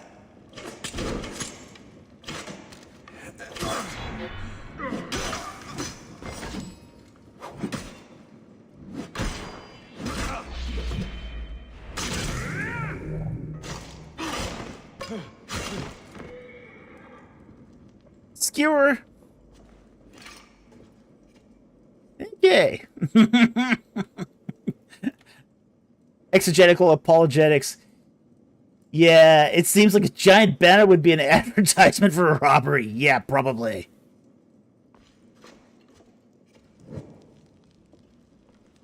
Alright, so whose tomb is this supposed to be this time?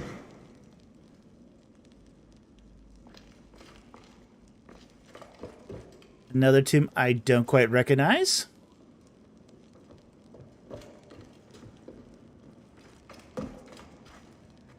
Mm-hmm.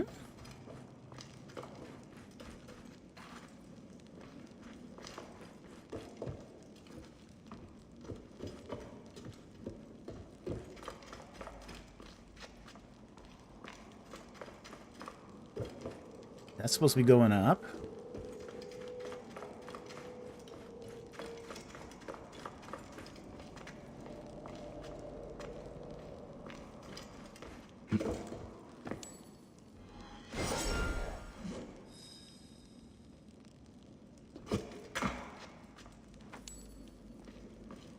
Loot.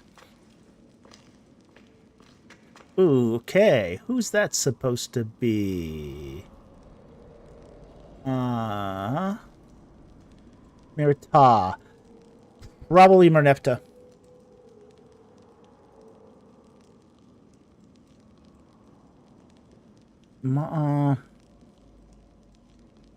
And something Ray.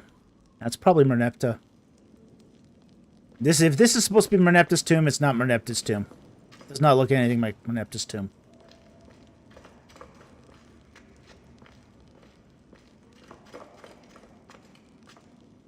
Yeah, Menma Alray, that's Seti the First. Menma Alray is Seti the First, but that doesn't quite look like Seti the First's cartouche.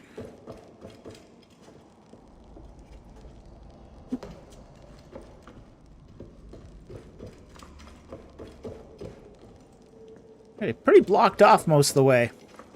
Man, these looters aren't doing a very good job.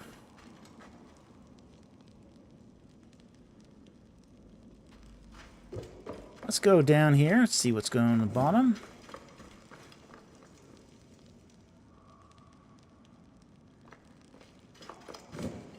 Okay, more rubble.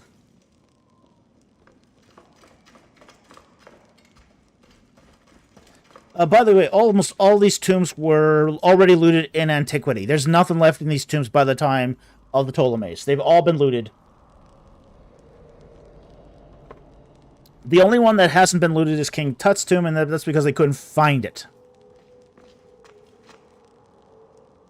What's that green glass? Where?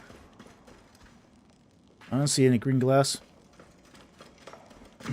Oh, the green ware? That is probably Islamic ware. Okay, that's supposed to be malachite there.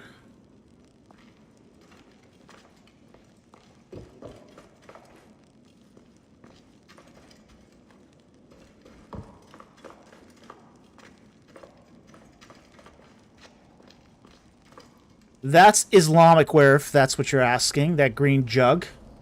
Yeah, that's Islamic ware. Sorry? Yeah, those big green jugs there, they're Islamic ware.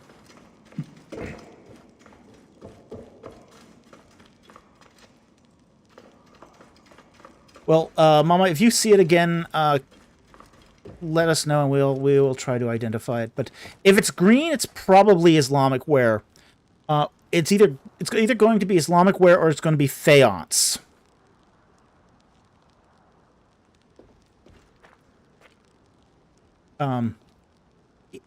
Because Islam had this this kind of, I mean, it's beautiful stuff. It looks lovely. It's sometimes called Celadon ware. It tends to be very glassy green, and sometimes it's got veining in it, but it's pottery that's typical of the Islamic period.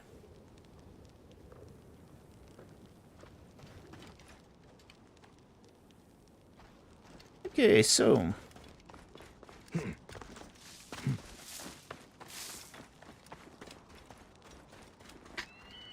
rope.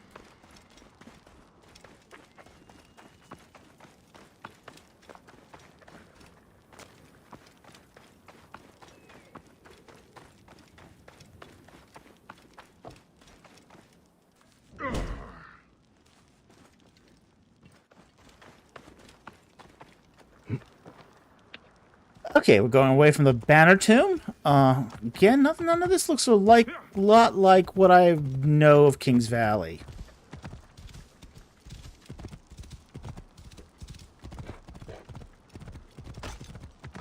Whoa.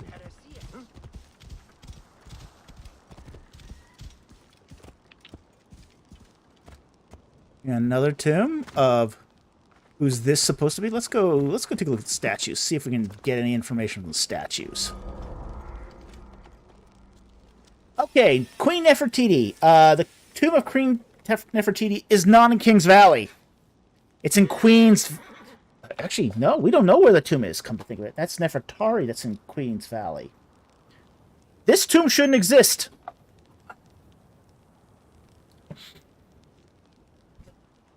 Maybe I'm still in the afterlife, yeah.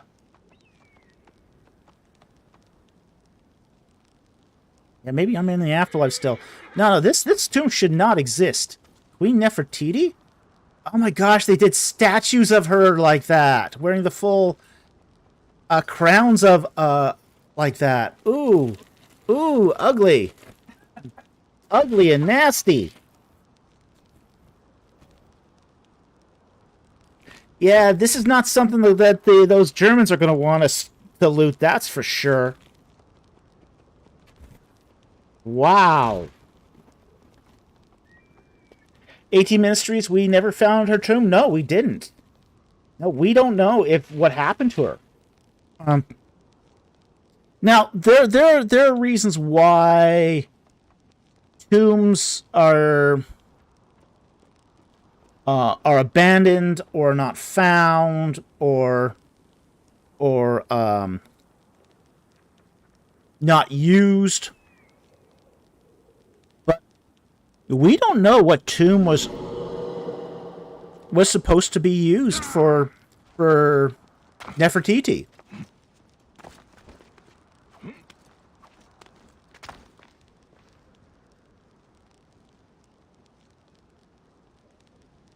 Yeah, they've got set up here for her to wear a full double crown, but man, ugly. All right, let's see what's in the supposed tomb. Yeah, Mama, those are so ugly. Oh yeah, they are incredibly ugly statues. And we do have more than one bust. There is more than one bust of Queen Nefertari. Of course, you do have the one that is the masterpiece found in the that's now located in the Berlin Museum. Interesting story behind that bust. Let's talk about that bust really briefly. Because when they excavated Amarna, they found the German expedition there. They found a craftsman's workshop. And among this craftsman's workshop were dozens of these busts, okay? And the way it worked back then was when you finished an excavation, all the stuff was divided between the excavation and the Egyptian government. And basically curators from the Egyptian government, Egyptian Department of Antiquities, would come out and they would... No.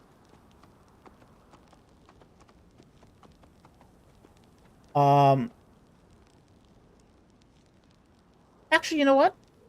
Yeah, bring him out. Okay, so, they got to choose. The Egyptian government got to choose which stuff it took, and it took all the big busts of Akhenaten because, well, they thought it was the more important dude.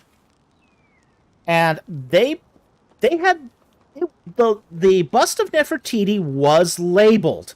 Now today they go, "Oh, you cheated us, you Germans, you shifty Germans, by not revealing what a great masterpiece this was." Well, you know what? They were all sort of bundled in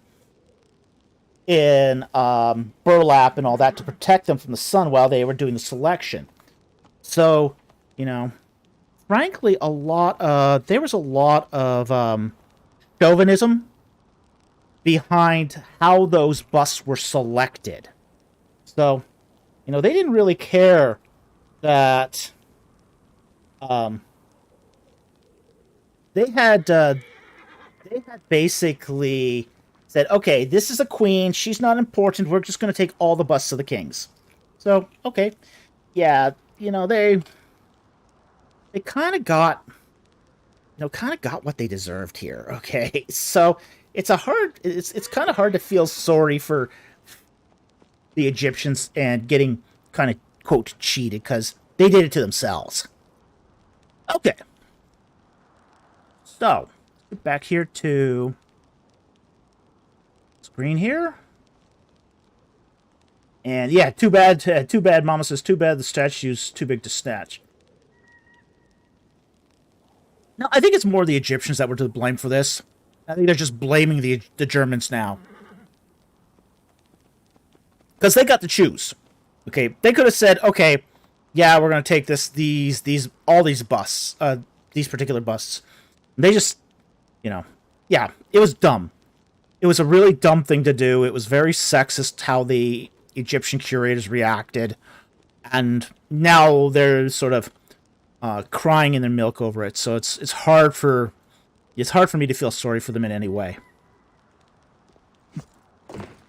All right, so let's go into this supposed tomb of Nefertiti that doesn't exist in Kings Valley.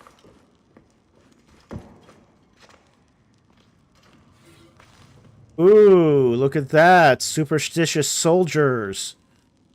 Soldiers, enough with these superstitious beliefs and curses of pharaohs walking. You're not children sucking at your mother's. Any of my men repeating tales will get 30 lashes and their wine ration halved. Oh, that's a bad thing. Your orders are simply to remove the treasures from the tomb of Nefertiti, so do it. All must be reclaimed for the good of our Egypt, not left to gather dust forgotten and forlorn. Nefertiti herself would approve. No, she wouldn't. Strategos of Yebu. All right, well.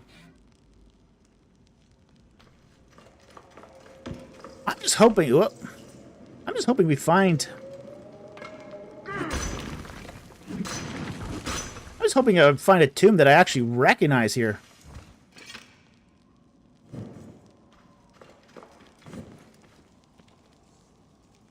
Ah, there we go. The bust of Nefertiti from the German Museum.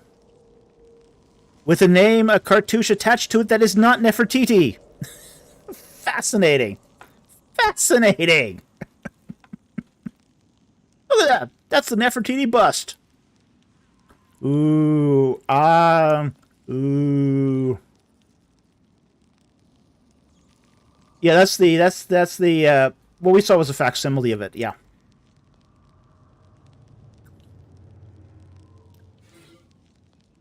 Nefertiti, Lady of the Two Lands, Great King's wife, most beautiful mistress of Upper and Lower Egypt. And with a cartouche that has nothing, this does not say Nefertiti. Okay. So.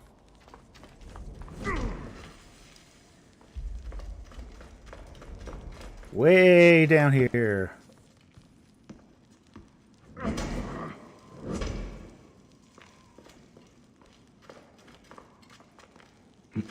Loot. Yeah, these are the cheapest pharaohs. They have, like, no money. Okay, we got some graffiti on the walls. That's cool. Lots of tombs had graffiti. Loot. Loot.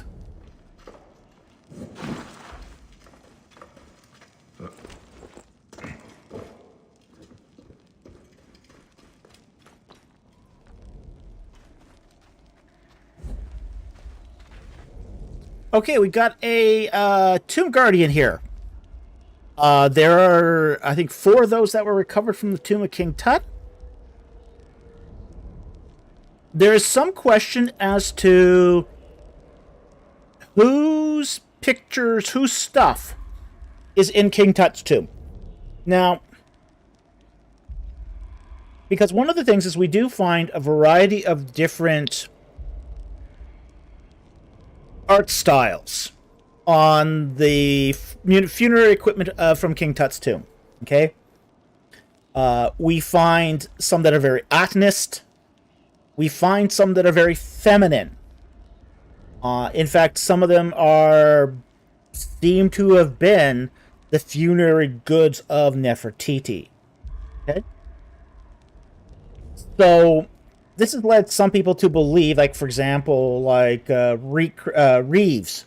Reeves thought that King Tut was actually buried alongside Nefertiti. So for a long time, he tried to get people to break down the walls of King Tut's tomb to a hidden chamber that it was sure had to be there. Well, none of the ground penetrating radar proved that there was anything back there, which is fortunate that they didn't break down the wall. They would have found nothing. But a lot of his theory was based upon the idea that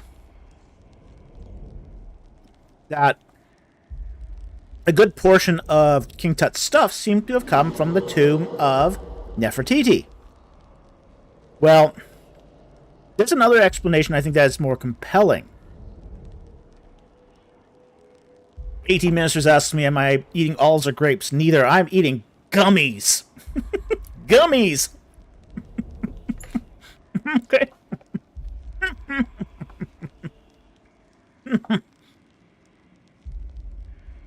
So,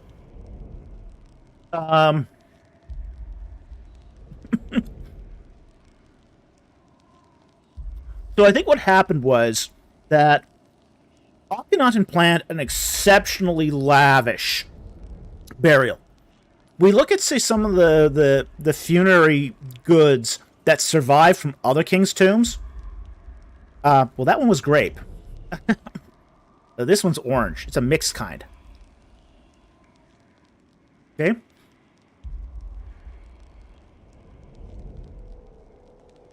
So it seems like what happened was when King Akhenaten died, he was buried in Nefertiti's coffin. And what he had started for his funerary assemblage was continued by Semenkhare, then maybe Neferuaten, and then finally King Tut finished it. So, in many respects, the tomb of King Tut seems to have been the result of that sort of funerary art practice, that assemblage that was begun during the reign of King Akhenaten. Darkblade asks here,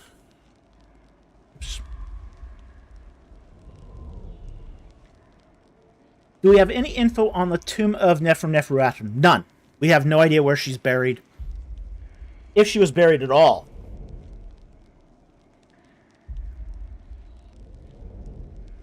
So, 18 Ministries, those don't look familiar. Are those Canada only? I don't know. I get them at the local grocery store. Couldn't tell you if they're local or not. So, refill my drinks here. Why does this skirt look like that? Oh, it's a kilt. Okay. It's a kilt. For some reason, it was stylized in some statues that the kilt would be sort of the front piece of the kilt.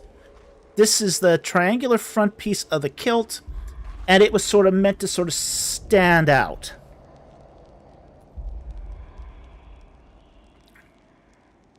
But yeah, these are the funerary guardians, and as I said, there was 4 of these found in the tomb of King Tut.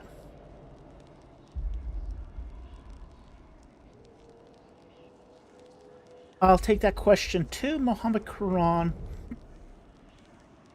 asks, why is there a debate over whether or not Akhenaten is the father of King Tut? Okay.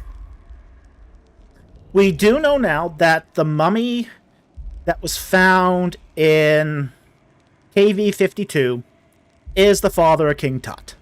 Okay. We also have now located his mother as well, which was sometimes called the unknown woman, the unknown lady. Okay? So we have now got both of King Tut's parents. Okay? The problem is those sarcophagi, those mummies are not well identified. So the question is, who is buried in KV-52? That's the big question. Is it Akhenaten? Is it Semenkhare? Most likely, it's going to be Akhenaten. Okay, that's probably the most likely outcome here. Because one of the things is the guy who was buried in KV-52 was about 50 years old. That's too old for it to be Semenkhare. So we're pretty sure now, like 90% sure, that KV-52 was Akhenaten. And that he was his father. Okay, we're sure about the father issue, thanks to genetic testing. But as far as the identity, that still is somewhat questionable, but we're pretty sure now it's Akhenaten. Okay, let's keep going in the tomb here. Okay. No way, this is not the tomb of King Tut. This is not the tomb of King Tut. I know the tomb of King Tut.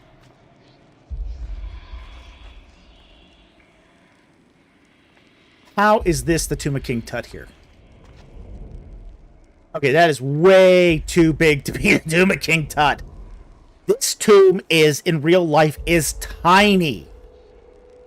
Tiny. There's about 3 feet between the wall and the sarcophagus. Now, the sarcophagus, I will say, looks good. That's a nice looking sarcophagus. That sarcophagus does look sweet. Very sweet looking sarcophagus. And this here should be into the treasury room.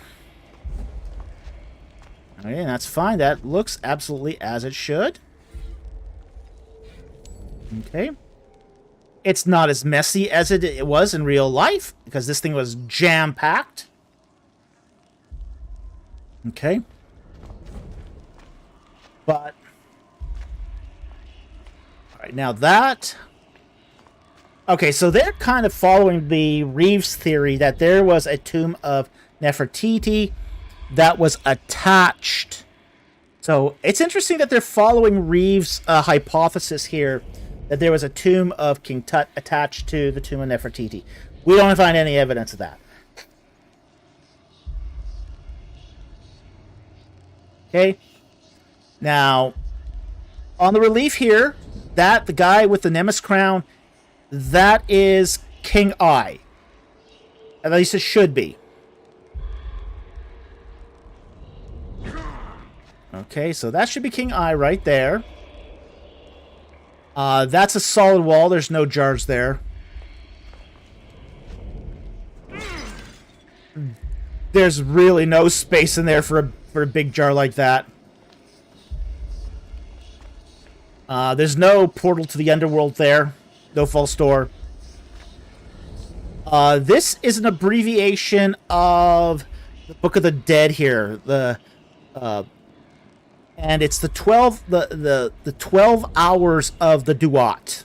Okay, each of those squares with a baboon in it is supposed to represent one of the 12 hours of the Duat, and it's an abbreviation of the spells of the Book of the Dead.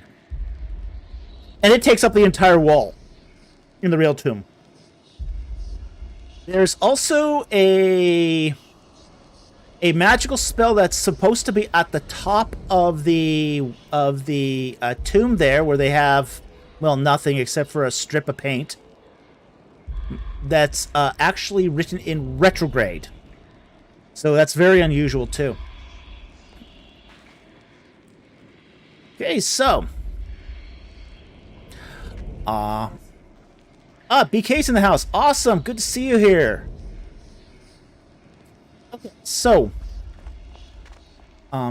definitely this is way too big to be the tomb of King Tut. Right now, we got stuff in here, and the staircase should be just right here. There's the staircase.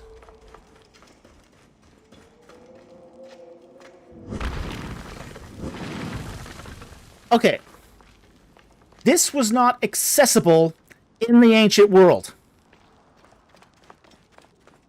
This staircase had been completely covered in antiquity with a workers' village, a Ramesside workers' village that dated to Ramesses the Eighth.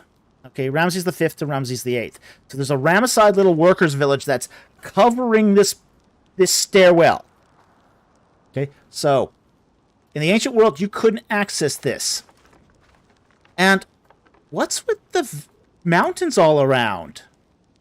It's right out in the open. It's right in the floor of the valley. The stairwell should be in the floor of the valley. There shouldn't be any mountains, any cliffs, anything like that around here. It should be just like right out in the open. Okay.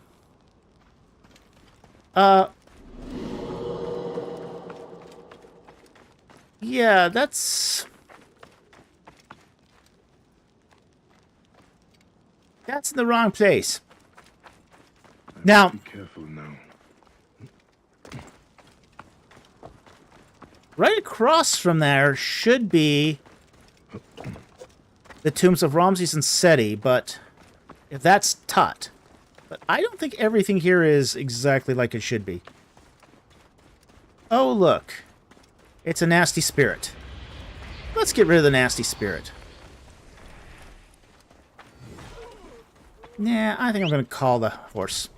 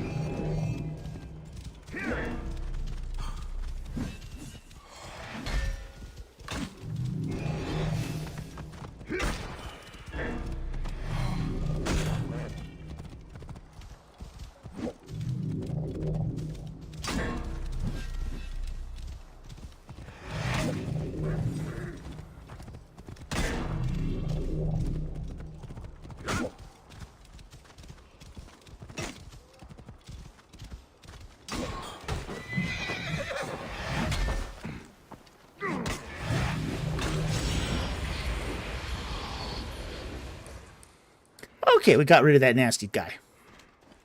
Okay, let's go to another tomb. Another tomb.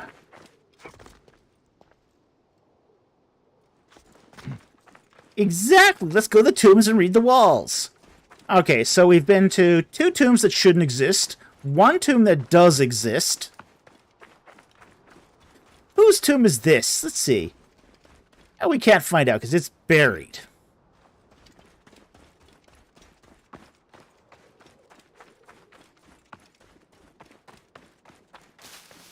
Which tomb is this?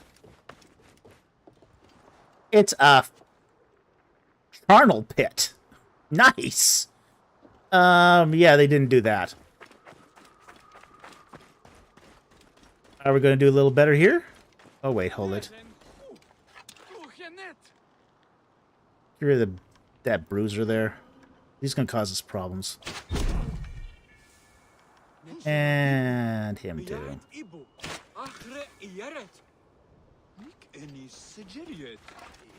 The gods here are vigilant. Oh, they are not that vigilant. Alright, tomb. Whose tomb is this? No! No! Seal the tomb or sticks to instructions. Anyone found contradicting orders will be executed. No, let me in! Let me in! Alright, they're not gonna let me in. Oh, this idea of... this looks like a recycled asset. Where they have this ramp and then 2 sets of stairs on the side here. This looks like a recycled asset from some other game. I don't know which tomb this is. The geography here is whacked. So, in the past, I might have been able to figure it out. Let me see if I can pull up a map of Kings Valley here. Just to be able... I mean, a real one, not a fake one. Map of...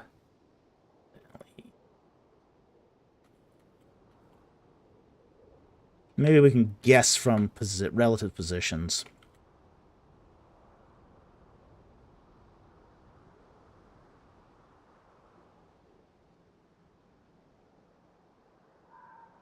Alright, so...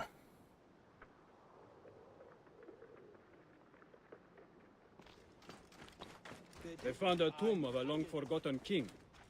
They say he was a living god. The one who walks. The Aten. They worship him in their farmlands. The heretic is not the only pharaoh who walks. What of the great Ramesses? Okay, KV-55 is Akhenaten's tomb, so that's Akhenaten's... If that's KV-55 there... then this layout of Kings Valley makes no sense at all. Okay.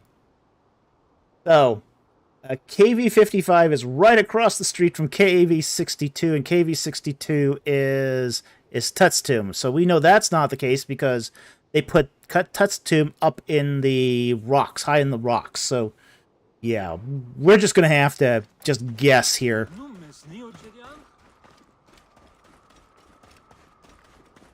Because none of the geography here is Makes any sense at all. Cautious around here.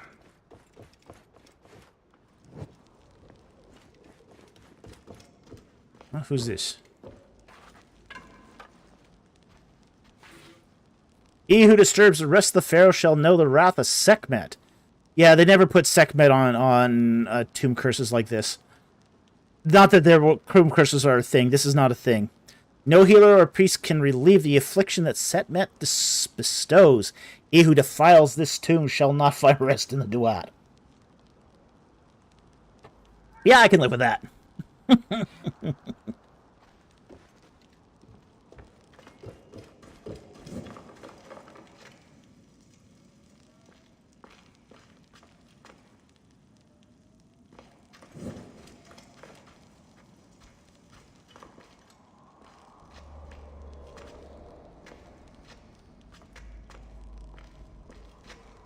Okay, who have we got here?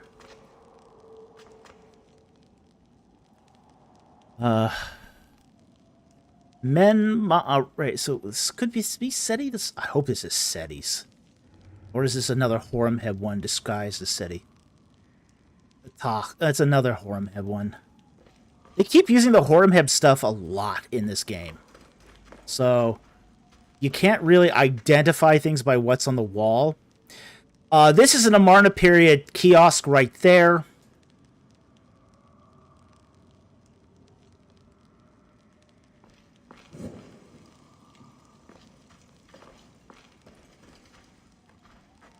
Star ceilings, very common in tombs and temples. We find this very, very commonly. That's a nice touch. I like that. Yeah, the star ceilings are a nice touch. Don't know whose tomb this is supposed to be. It's not at all clear from, well, anything they did.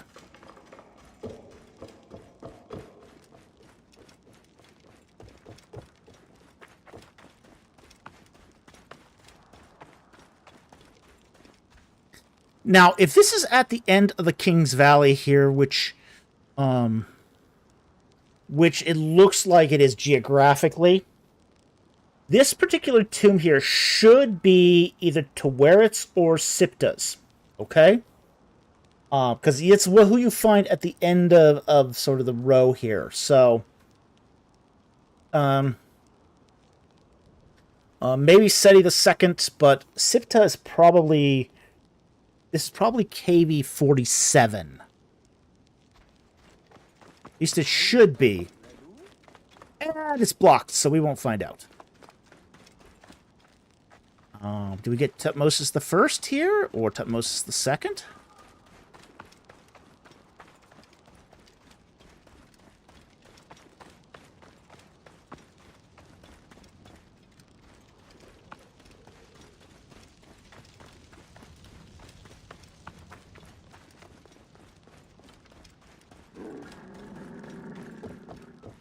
Okay, whose tomb is this?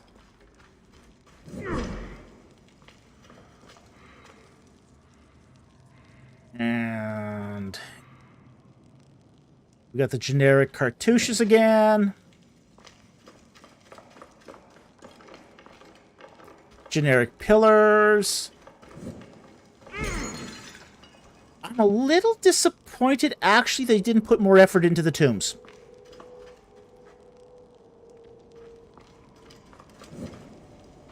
Yeah, they could have. They should have put a little more effort into the tombs.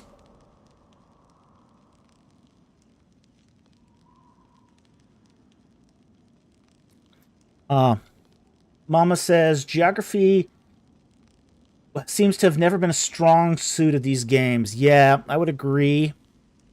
But you know, when you're supposed to be doing, say, a necropolis, where each person, you should have at least put, say, a plaque on the tomb saying, "Hey, this is such and such tomb." Even if you're not going to do even if you didn't bother to map out all the tombs properly, even if you didn't bother to change the hieroglyphs on the walls, we could probably forgive all of that.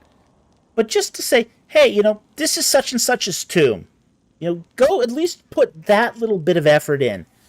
It doesn't look like they put any effort into this. And that is a little disappointing here.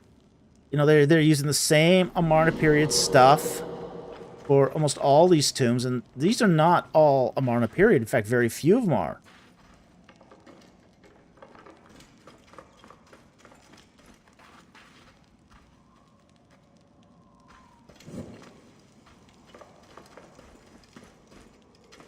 Best not to draw attention here.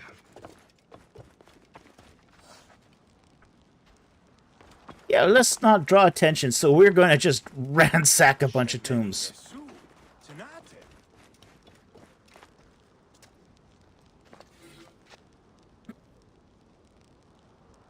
Tomb must be sealed. The cave-in says a cave-in... Captain says a cave-in killed the soldiers, but this is the work of a curse. Stay away. For any who enter this tomb shall be swiftly visited by wings of death. I want in.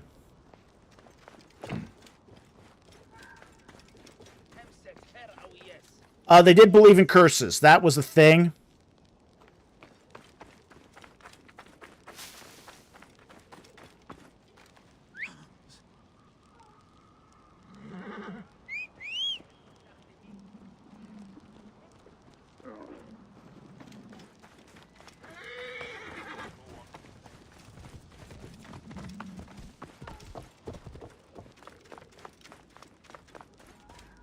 Alright, let's see who's... Here lies those who know more than earth and sun, sand and rain, disturb them not, lest they summon Bon Ka and rise to take vengeance against you. Yeah, again, curses are not a thing.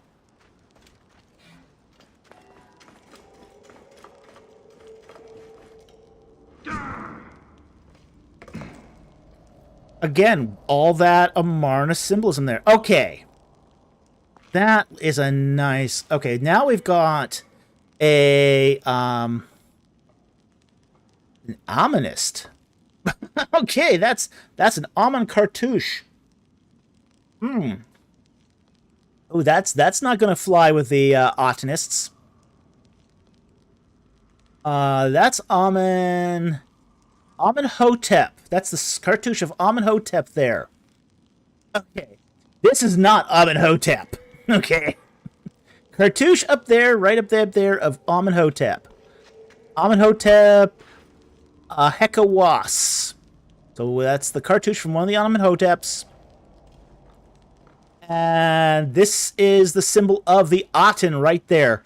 Anytime you see a big solar disk with sun rays come down and little hands and knives at the end of those hands, yes, some of those hands have knives and ankhs and all the things. You see, there's a nice one there right in front of the queen there of a hand holding an ankh. Okay, that's the Aten. That is the Aten. We have here a relief of probably Akhenaten, in all likelihood. Akhenaten seated on his throne palanquin. We see the royal lions on the sides of the thrones. The servants below him are, waving fans and covering him so he doesn't get a sunburn as he's out and about. And above him is the Aten, just making it miserable for everyone.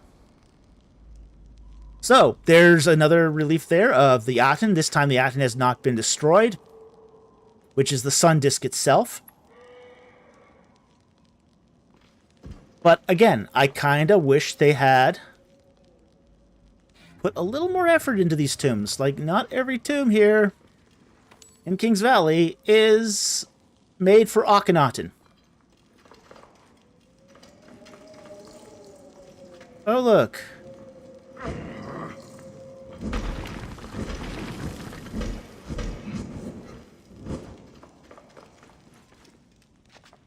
Wait a minute. Didn't we just come into her tomb? I was swore we just were in here. We came in that way. Oh, what? Huh? This is bizarre. But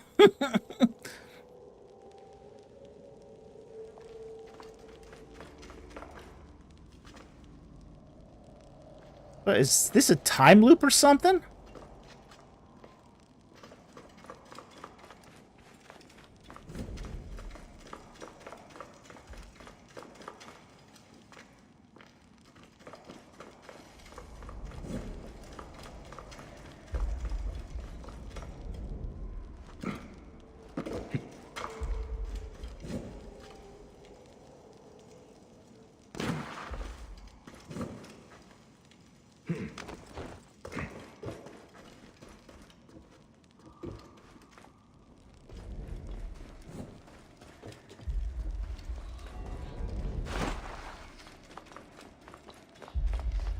Okay, and looks like we're back in King Tut's tomb again.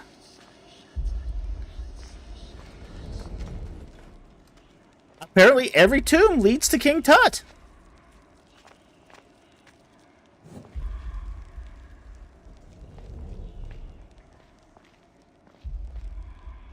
Can you fact check Gaius Octavius' claim? Let me go see what Gaius Octavius' claim is.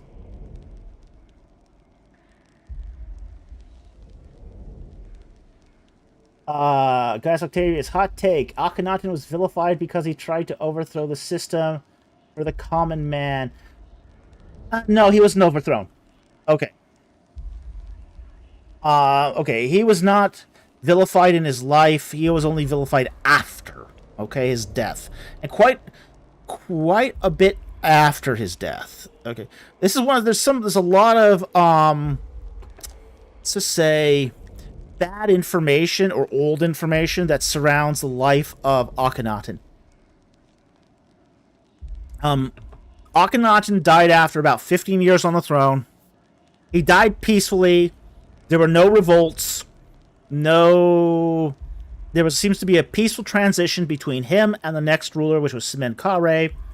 Semenkhare reigned for 2 years, and then there's some question over who takes the throne next. Is it Neferuaten? Is it Tutankhamun? We're not quite sure. Okay, so it seems to be that there's more question about what happens after the death of Semenkhare.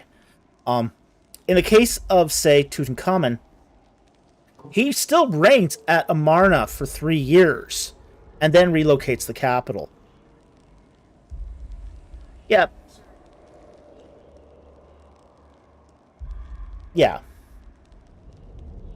People, the fact is that even though Akhenaten was not a popular ruler, he caused a lot of problems. Like, one of the things he did was he stopped the royal endowments to the temples. Now, the problem was the temples were a major part of the food distribution system. So, he wanted to redirect the offerings that were given to, like, the temples at Amun, Karnak, and at Luxor to his own private worship to feed his priests, and so that he could control the religious system. But in doing so, he did create a lot of starvation amongst people. But he also had a very powerful army that he could enforce that new status quo.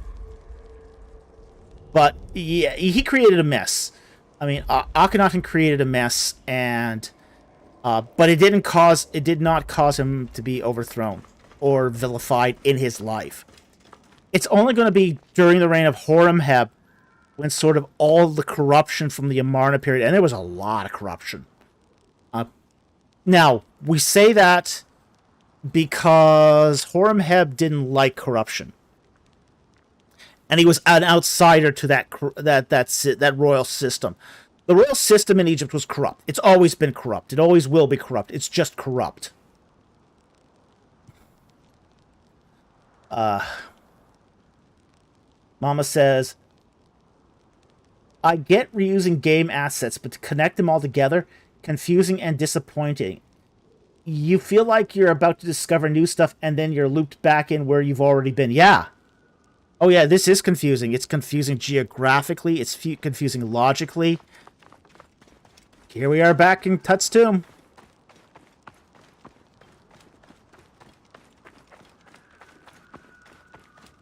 Yeah.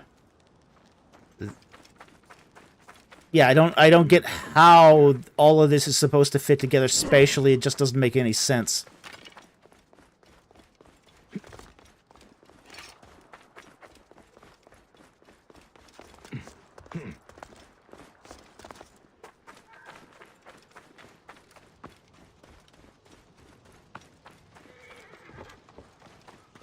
Yeah, I don't know how this tomb here connects to that tomb way over there. I don't get it. It just doesn't make any sense to me at all, geographically.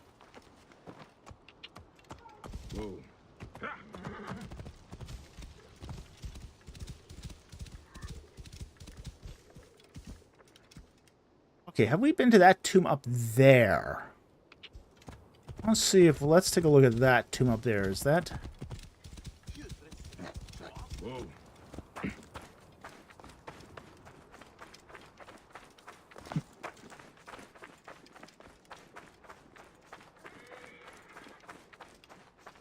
Guys, Octavius, what's that thing about a Pharaoh's Shadow Rising? Oh, well, this game spawns random ghosts of pharaohs for you to fight randomly.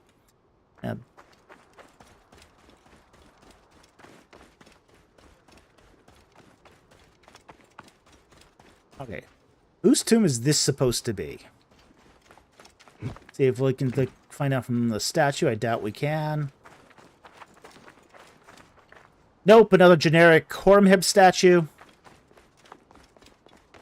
Yeah, it'd be a surprise if we actually have a generic Horemheb statue here, and it's actually the Tomb of Horemheb. That would be a surprise. That would shock me.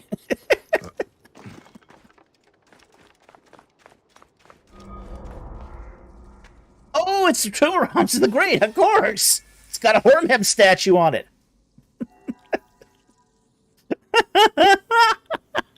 Okay, now I happen to know the tomb of Ramses II pretty well here, so let's see how close they get this one right. I'm not counting. I'm not holding my breath on that one.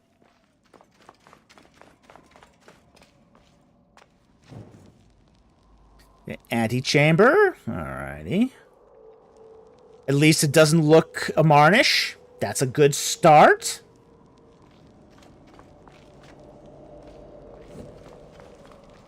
Now this should be goes down into a burial chamber directly. Uh-oh. Oh, that's not looking good.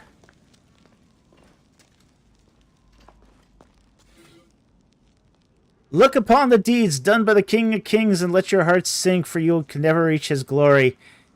Yeah, I don't think that's not period.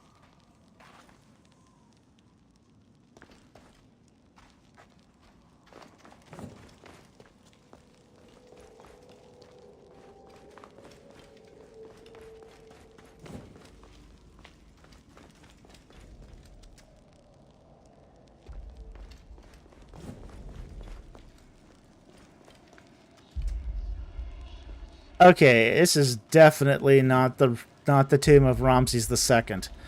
The Ramses II tomb is a straight shaft. It goes, you go into an antechamber first, and then down into a burial chamber, and it's sort of sunk down in the earth.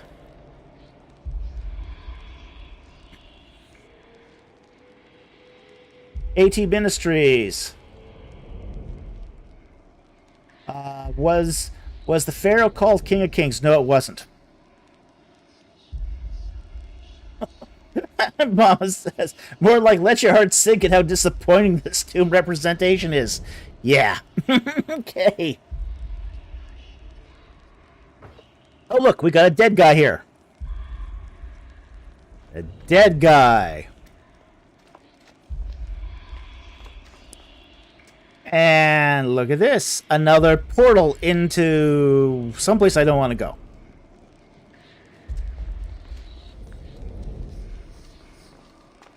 Yeah, this does not look like the burial chamber of...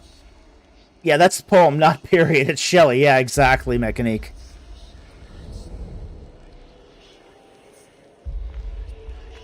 Now, square pillars are common in tombs of the 19th dynasty. That's fine. The problem is it shouldn't be here in the burial chamber. It should be up in the gallery, the antechamber. So, yeah, that's not a great representation of the tomb.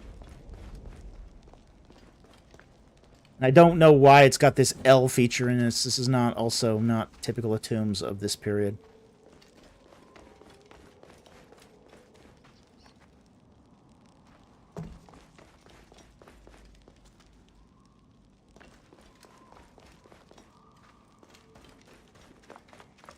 And again, the tomb should not have colossi in front of it at all, let alone the colossi of Horemheb. One thing I do like here that they did kind of get right here is that mountain right there. They got that right. That is the Big Pyramid Mountain. There's a mountain that's shaped like a pyramid that overlooks the entire Kings Valley. They got that right. It looks... You see that, and it reminds you of that particular mountain. So, they got that right. Didn't get anything else in Kings Valley right, but hey, they got at least that right. Give them credit where credit's due.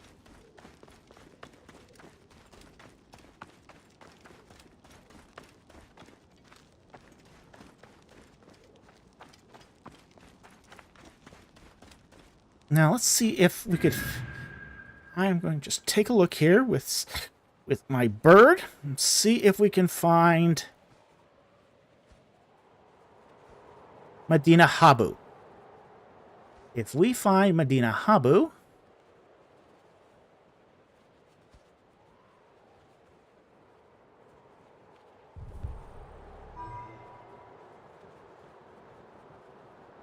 It looks beautiful, yeah. Oh, there's the Colossi of Memnon. Let's go there.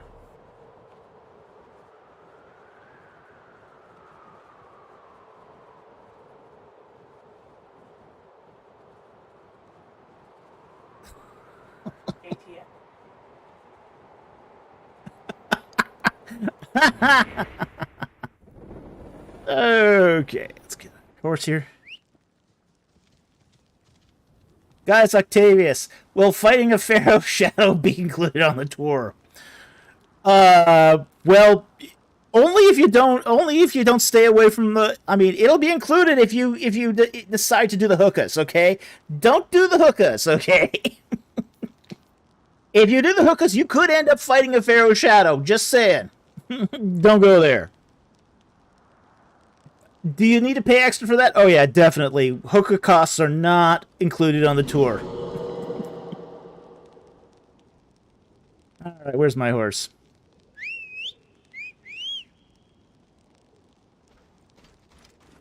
Now, where'd you go? There we go. Alright. Whoa. Whoa.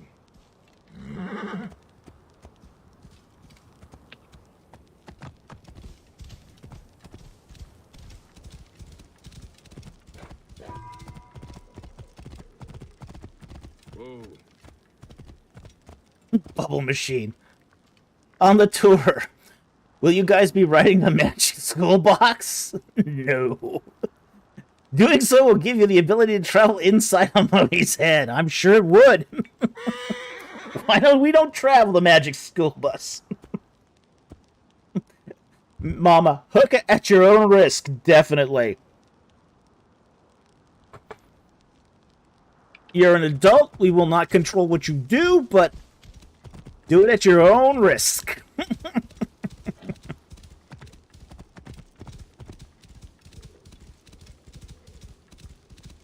Yes, but please don't do anything illegal on the tour. That would be greatly appreciated.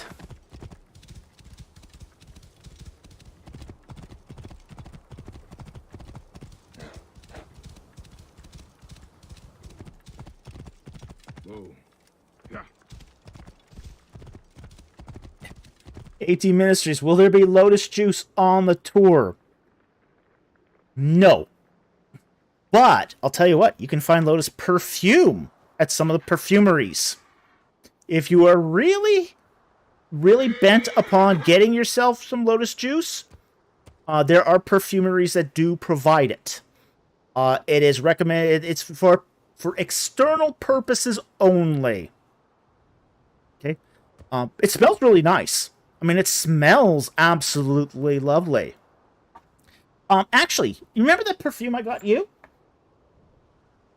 That's Blue Lotus. It smells lovely. I mean, it's a beautiful smelling perfume.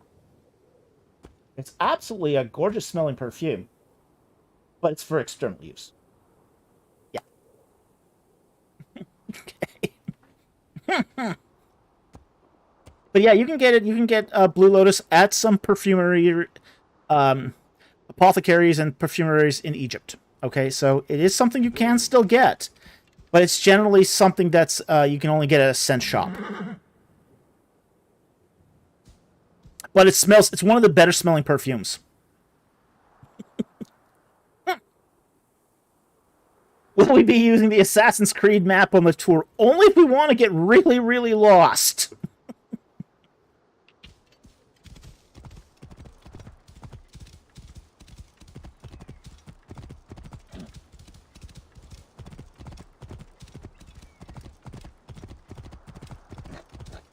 Yeah, perfume probably tastes bad. Yeah, I imagine it would taste horrible. I never tasted it, but... Woo.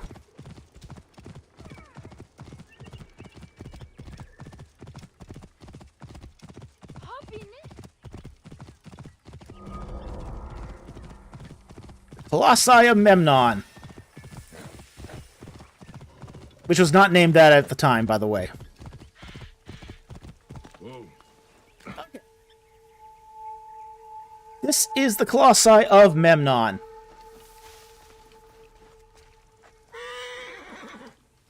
It is actually part of the funerary temple of Amenhotep III. Amenhotep III had an absolutely massive funerary temple.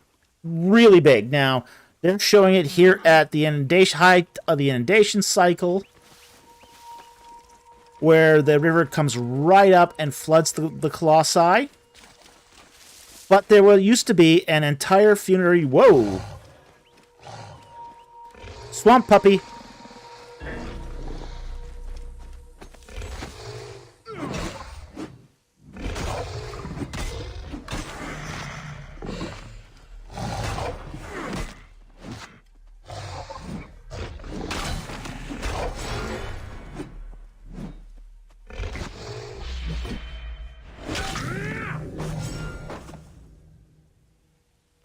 Alright, we got the swamp puppies there.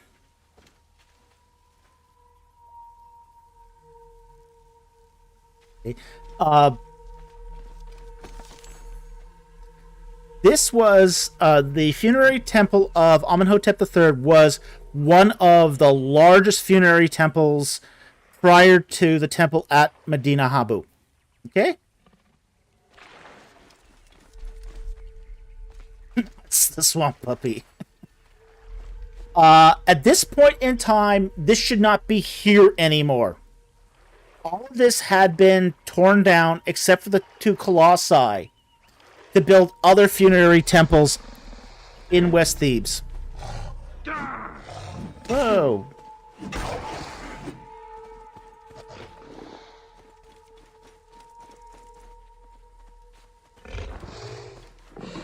I'm being chased.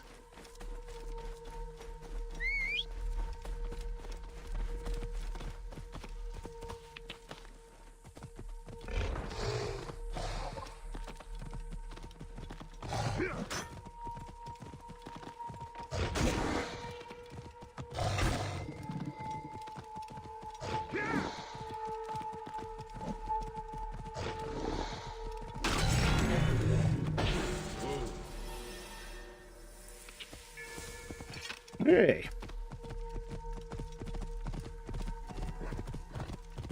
Okay, so all of this had been sort of, as I said, razed to the ground. All that stone had been recycled to make the temples of the Ramesseum, Merneptah's temple, a lot of the late Dynasty 18th and early Dynasty 19th scavenged stone from this temple, because it was such a huge temple. It had so much stone, and it had been abandoned by this point.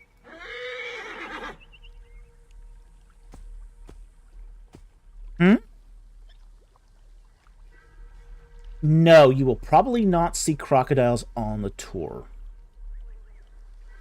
Logan the Legend asks, how often do you see crocodiles on the tour ever? You will probably never see a crocodile in Egypt. Now, the only place in Egypt where there are crocodiles is in Lake Nasser. You'll probably never see them in the water, because in the day they sort of hide. They hide in the day. They hunt at dusk. So you're usually, at that point, you're usually back at your hotel. When I was doing night photography, I heard them. I could see their eyes in the water. I could see the eyes in the water. Yeah, those aren't frogs. Those aren't frogs. And you can hear them chirp. And they go, you hear this chirp, chirp, chirp, chirp, chirp, chirp. Not birds, not frogs. Crocodiles. And I will say it was a bit unnerving to be photographing at the middle of the night, having wild dogs run around me, tearing each other to pieces, while hearing crocodiles in the water watching me. It was very unnerving.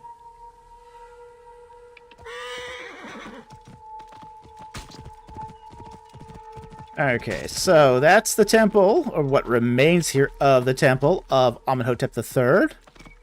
Again, by this point, it's all gone.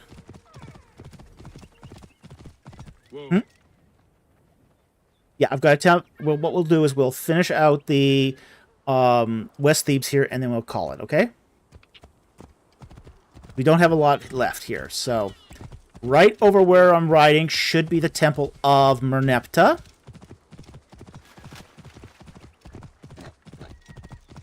And I believe we're back at the Ramesseum there. Yep, that's the Ramesseum. So, they got rid of the... Temple of Merneptah. So there should have been parts of the Temple of Merneptah left at this point. In fact, the Temple of Merneptah was one of the final temples that had been standing prior to... there should have been... We should be at least be able to see the foundations here of it. A lot of stone from the Temple of Merneptah were scavenged for Medina Habu.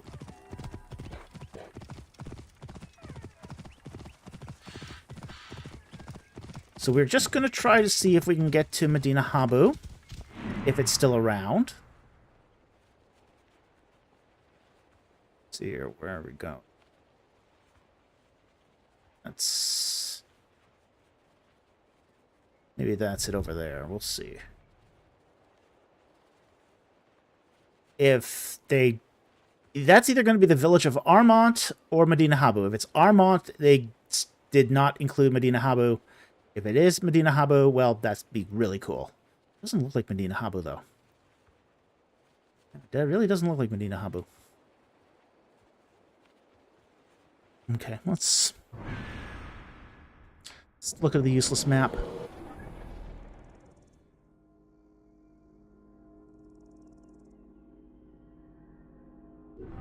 Oh, by the way, last time I stayed in Egypt... not last time, but the time before, when I was there in 2019.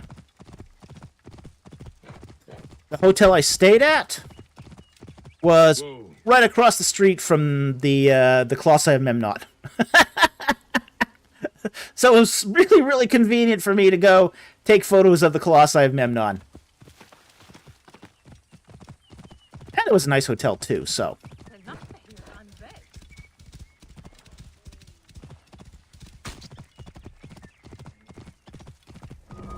Okay. Not be seen in this area. West Nile Guard Post?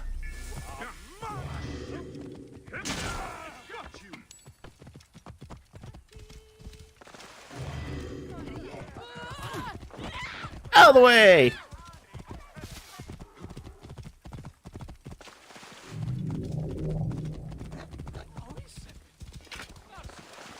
Okay, what's this town here? Where are we supposed to be here?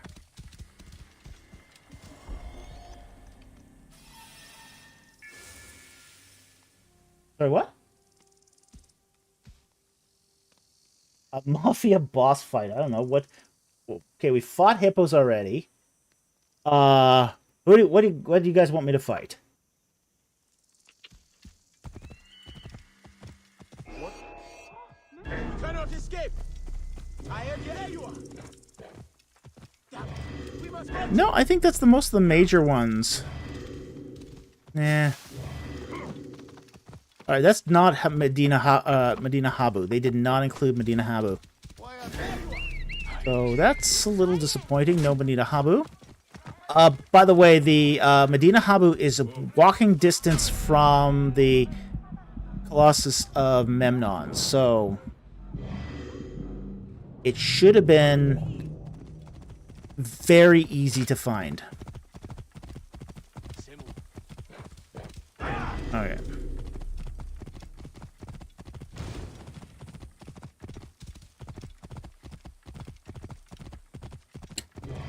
Let me see, do they have a Saf?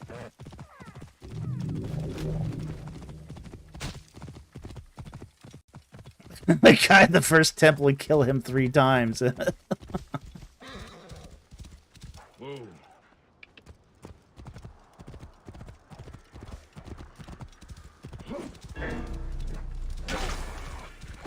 He did hyena.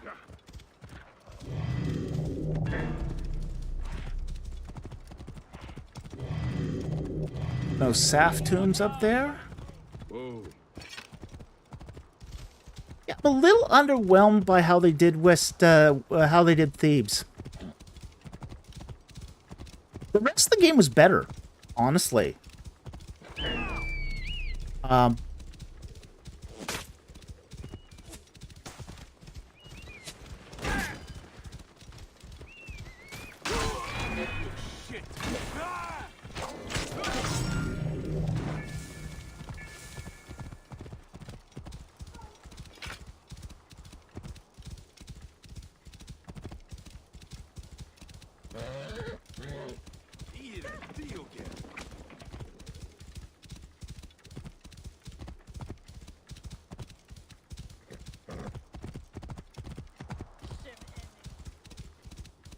Okay, we're just gonna leave you guys with a view of the Temple of Mentuhotep II as we sort of round off the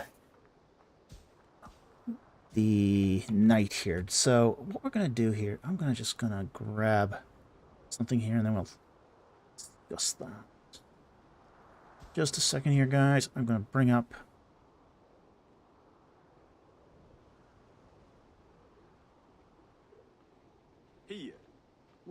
Come on, don't. I'll do that. Alright, let me just bring up our itinerary.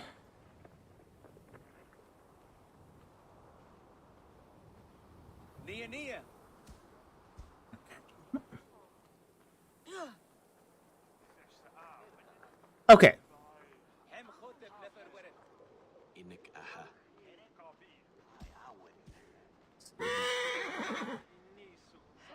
Alrighty, we've got 2 super chats here. Bubble Machine. Oh well, at least he fought a giant crocodile. Logan Legend, thank you for everything you do, Dr. Falk. You are most welcome. We do this as a service. You can thank also AT Ministries. He subsidized this entire thing. So it was his idea. He raised the money for it, and he was the guy who drove this. So we want to thank him for this.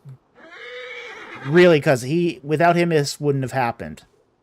Okay, now, what we're going to do is take his last 2 super chats here, which are first,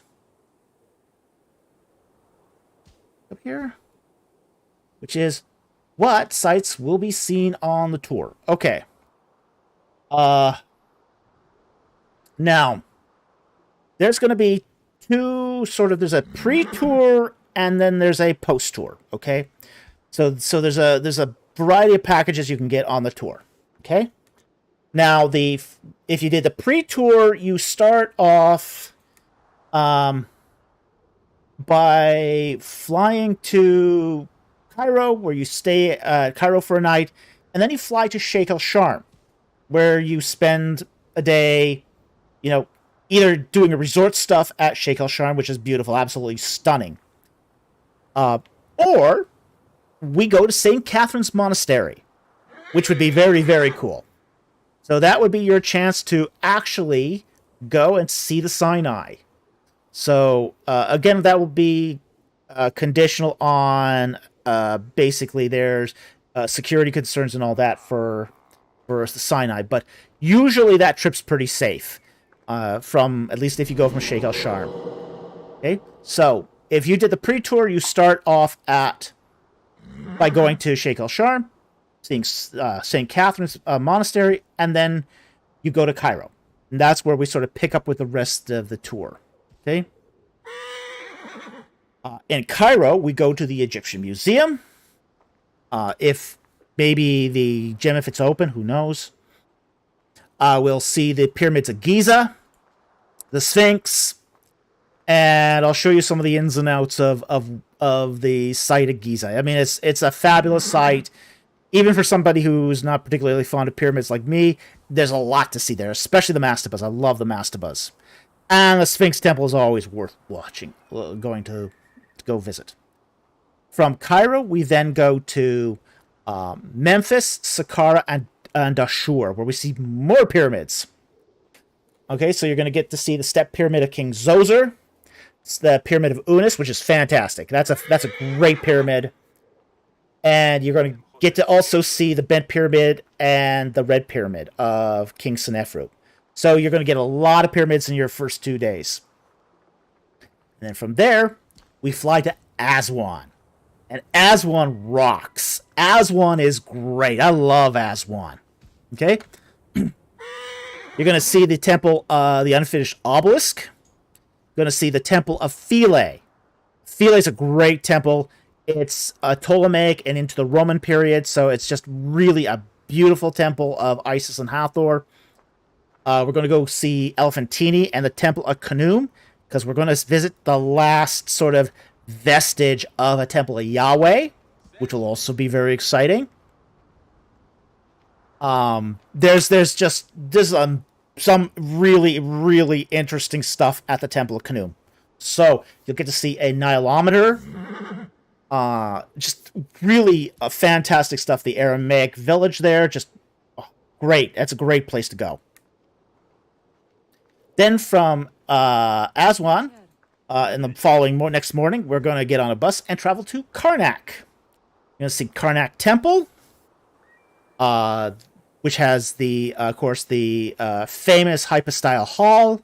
You're going to see the obelisks of Queen Hatshepsut and the Temple of Amun of Thutmose III. Fantastic again. We'll show you how the rituals worked within the temple of there. And we're also going to take you to that very, very seldom seen horned altar, because I know where that is. So I'm going to take you to see that too. You'll also see the granite Scarabaeus and the sacred lake too. So, and I'm going to try to get us into the Temple of Khonsu, because that one's a fantastic one also. Okay, but the Temple of Khonsu is not officially on the tour. I'm going to try to get us in there. Then on March 16th, we're going to go and cross the river, where we're going to see the Theban necropolis. Now we're going to go to the Deir el-Bahri, which is where we're, which is right beside, which is that temple there. Okay, so we're going to go to Deir el-Bahri. We're going to see the Ramesseum and Medina Habu. Okay. Now, if we got time, we will also go to Deir el-Medina. If we've got time. But that's a lot of things to sort of pack in there. And then we're going to go to the Valley of the Kings and Queens. And this is where all the royal tombs are. So, of course, this will be better in real life, honestly, because Assassin's Creed King's Valley kind of sucked. But we're going to go and see the whatever tombs are open there. There are some there that are absolutely magnificent, like the one of Ramses VII. Really great tomb, just beautiful. They'll usually, even the one of, say, Tuaret and Sipta is really nice. So there's a lot of great tombs in King's Valley. Just absolutely beautiful. And the one at the Queen Valley of the Queens, which is the Tomb of Nefertari, is pretty good too, but that's really the only thing in the Valley of the Queens. Tombs of the Nobles, on the other hand, fantastic. There's some great. We're going to try to get into the Tomb of Rekhmire. Okay, that's a big one. Okay, the Tomb of Rekhmire, that's the one that has the Semitic people making mud brick. There's a lot of foreigners coming in that tomb, bringing offerings. You've got the clothing of the vizier, so you can see how Joseph dressed. You can see how the Semitic peoples, Asiatics, were dressed, and how they did the making of the mud bricks in that tomb. Wonderful tomb, absolutely wonderful tomb. There's also a tomb of Ramosa there that has a fantastic morning scene there, with all sorts of ritual furniture. Just beautiful tomb, and it's a big tomb too. Really lovely, really lovely.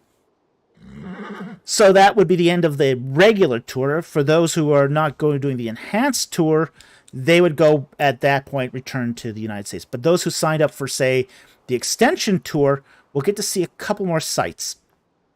In fact, quite a few more sites. Those who take the extension will then go to Dendara and Abydos. At Abydos, you'll see the funerary temple of Seti I and Ramses II. Great temples. The Abydos temple of Seti I is one of the best temples in Egypt. Okay? It's really a great temple. Beautiful temple. Full of all sorts of neat stuff. You get to see the kings listed Abydos. You get to see some of the great furnishings that were used in these temple rituals. It's a beautifully architected temple, just really lovely. In the back, you get to see the. You won't get to go down into the Osirian, but the Osirian is you can see it from above. They don't let anyone go down in the Osirian because it's full of cobras, but you're not missing that much. But then after that, on March 28th, we go to Dendara. And Dendara is a fantastic temple. Absolutely fantastic temple.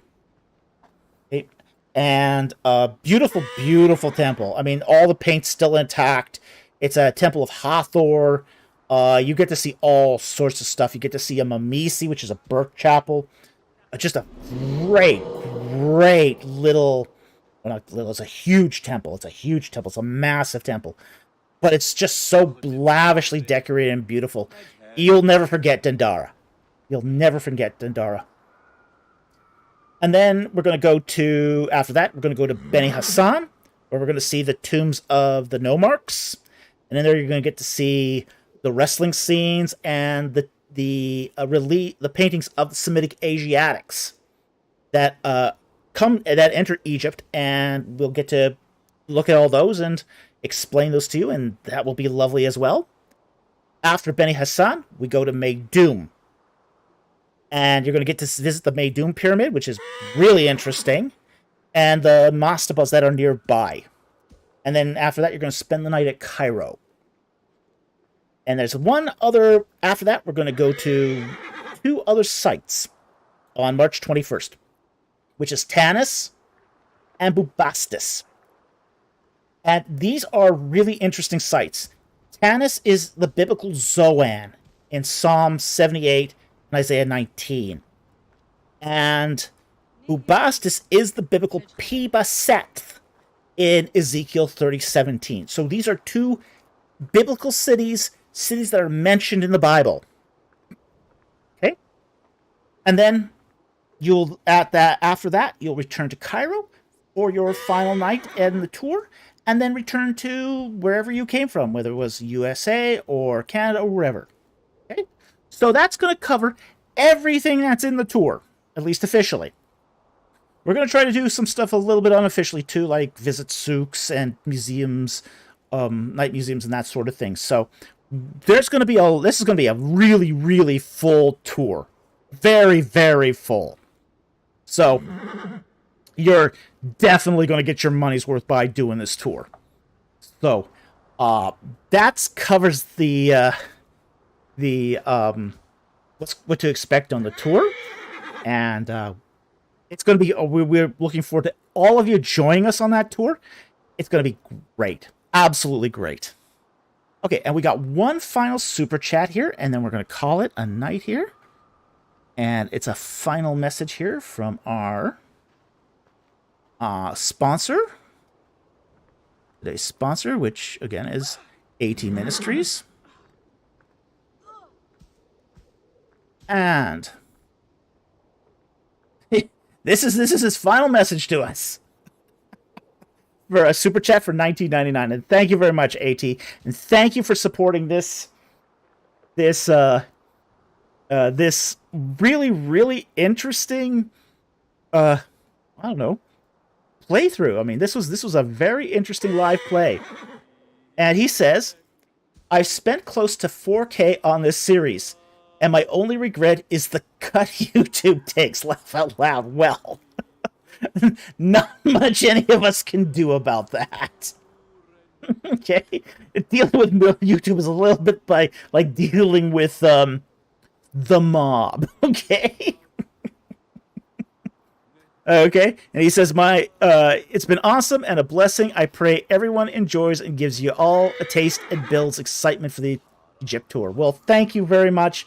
We really, really appreciate your support. We appreciate your sponsorship. Now, we've got one other thing we need to take care of here, which is the dirty sock rating. But we're going to give this a clean sock rating, okay? We got our friend here, Mr. EC. And, we've been asked to give a sock rating. We're not going to give this a dirty sock rating because these are not unlikely things. We're going to rate the game overall from 1 to 10 clean socks. Okay? So, if it's a 1 clean sock, it's not a good game. If it's a 10 clean socks, it's a stellar game. You're such a ham. Okay. So, we were thinking of giving... I mean, there's things we really, really loved about this game. Yes. There's some things... I mean, there was some attention to detail on the everyday life stuff that was really good. We loved the fact that they tried to... give you the look and the feel of ancient Egypt. I thought that was really well done. The landscape, the actual how the landscape looked, gave you the feel like you were in Egypt, and I love that. I absolutely love that. The geography was wonked, though. I mean, it was really whacked, and I think as far as the DLC goes, they did Luxor and Karnak a lot better than they did Kings Valley. Kings Valley and Deir el-Medina was a bit of a disappointment. Kings Valley was... I can forgive Deir el-Medina, okay? I can forgive that Deir el-Medina, but I mean, everyone's in this game is going to go to Valley of the Kings. They're going to go to Valley of the Kings, and they're going to look for Valley of the Kings. So... I really think they could have done better on Valley of the Kings.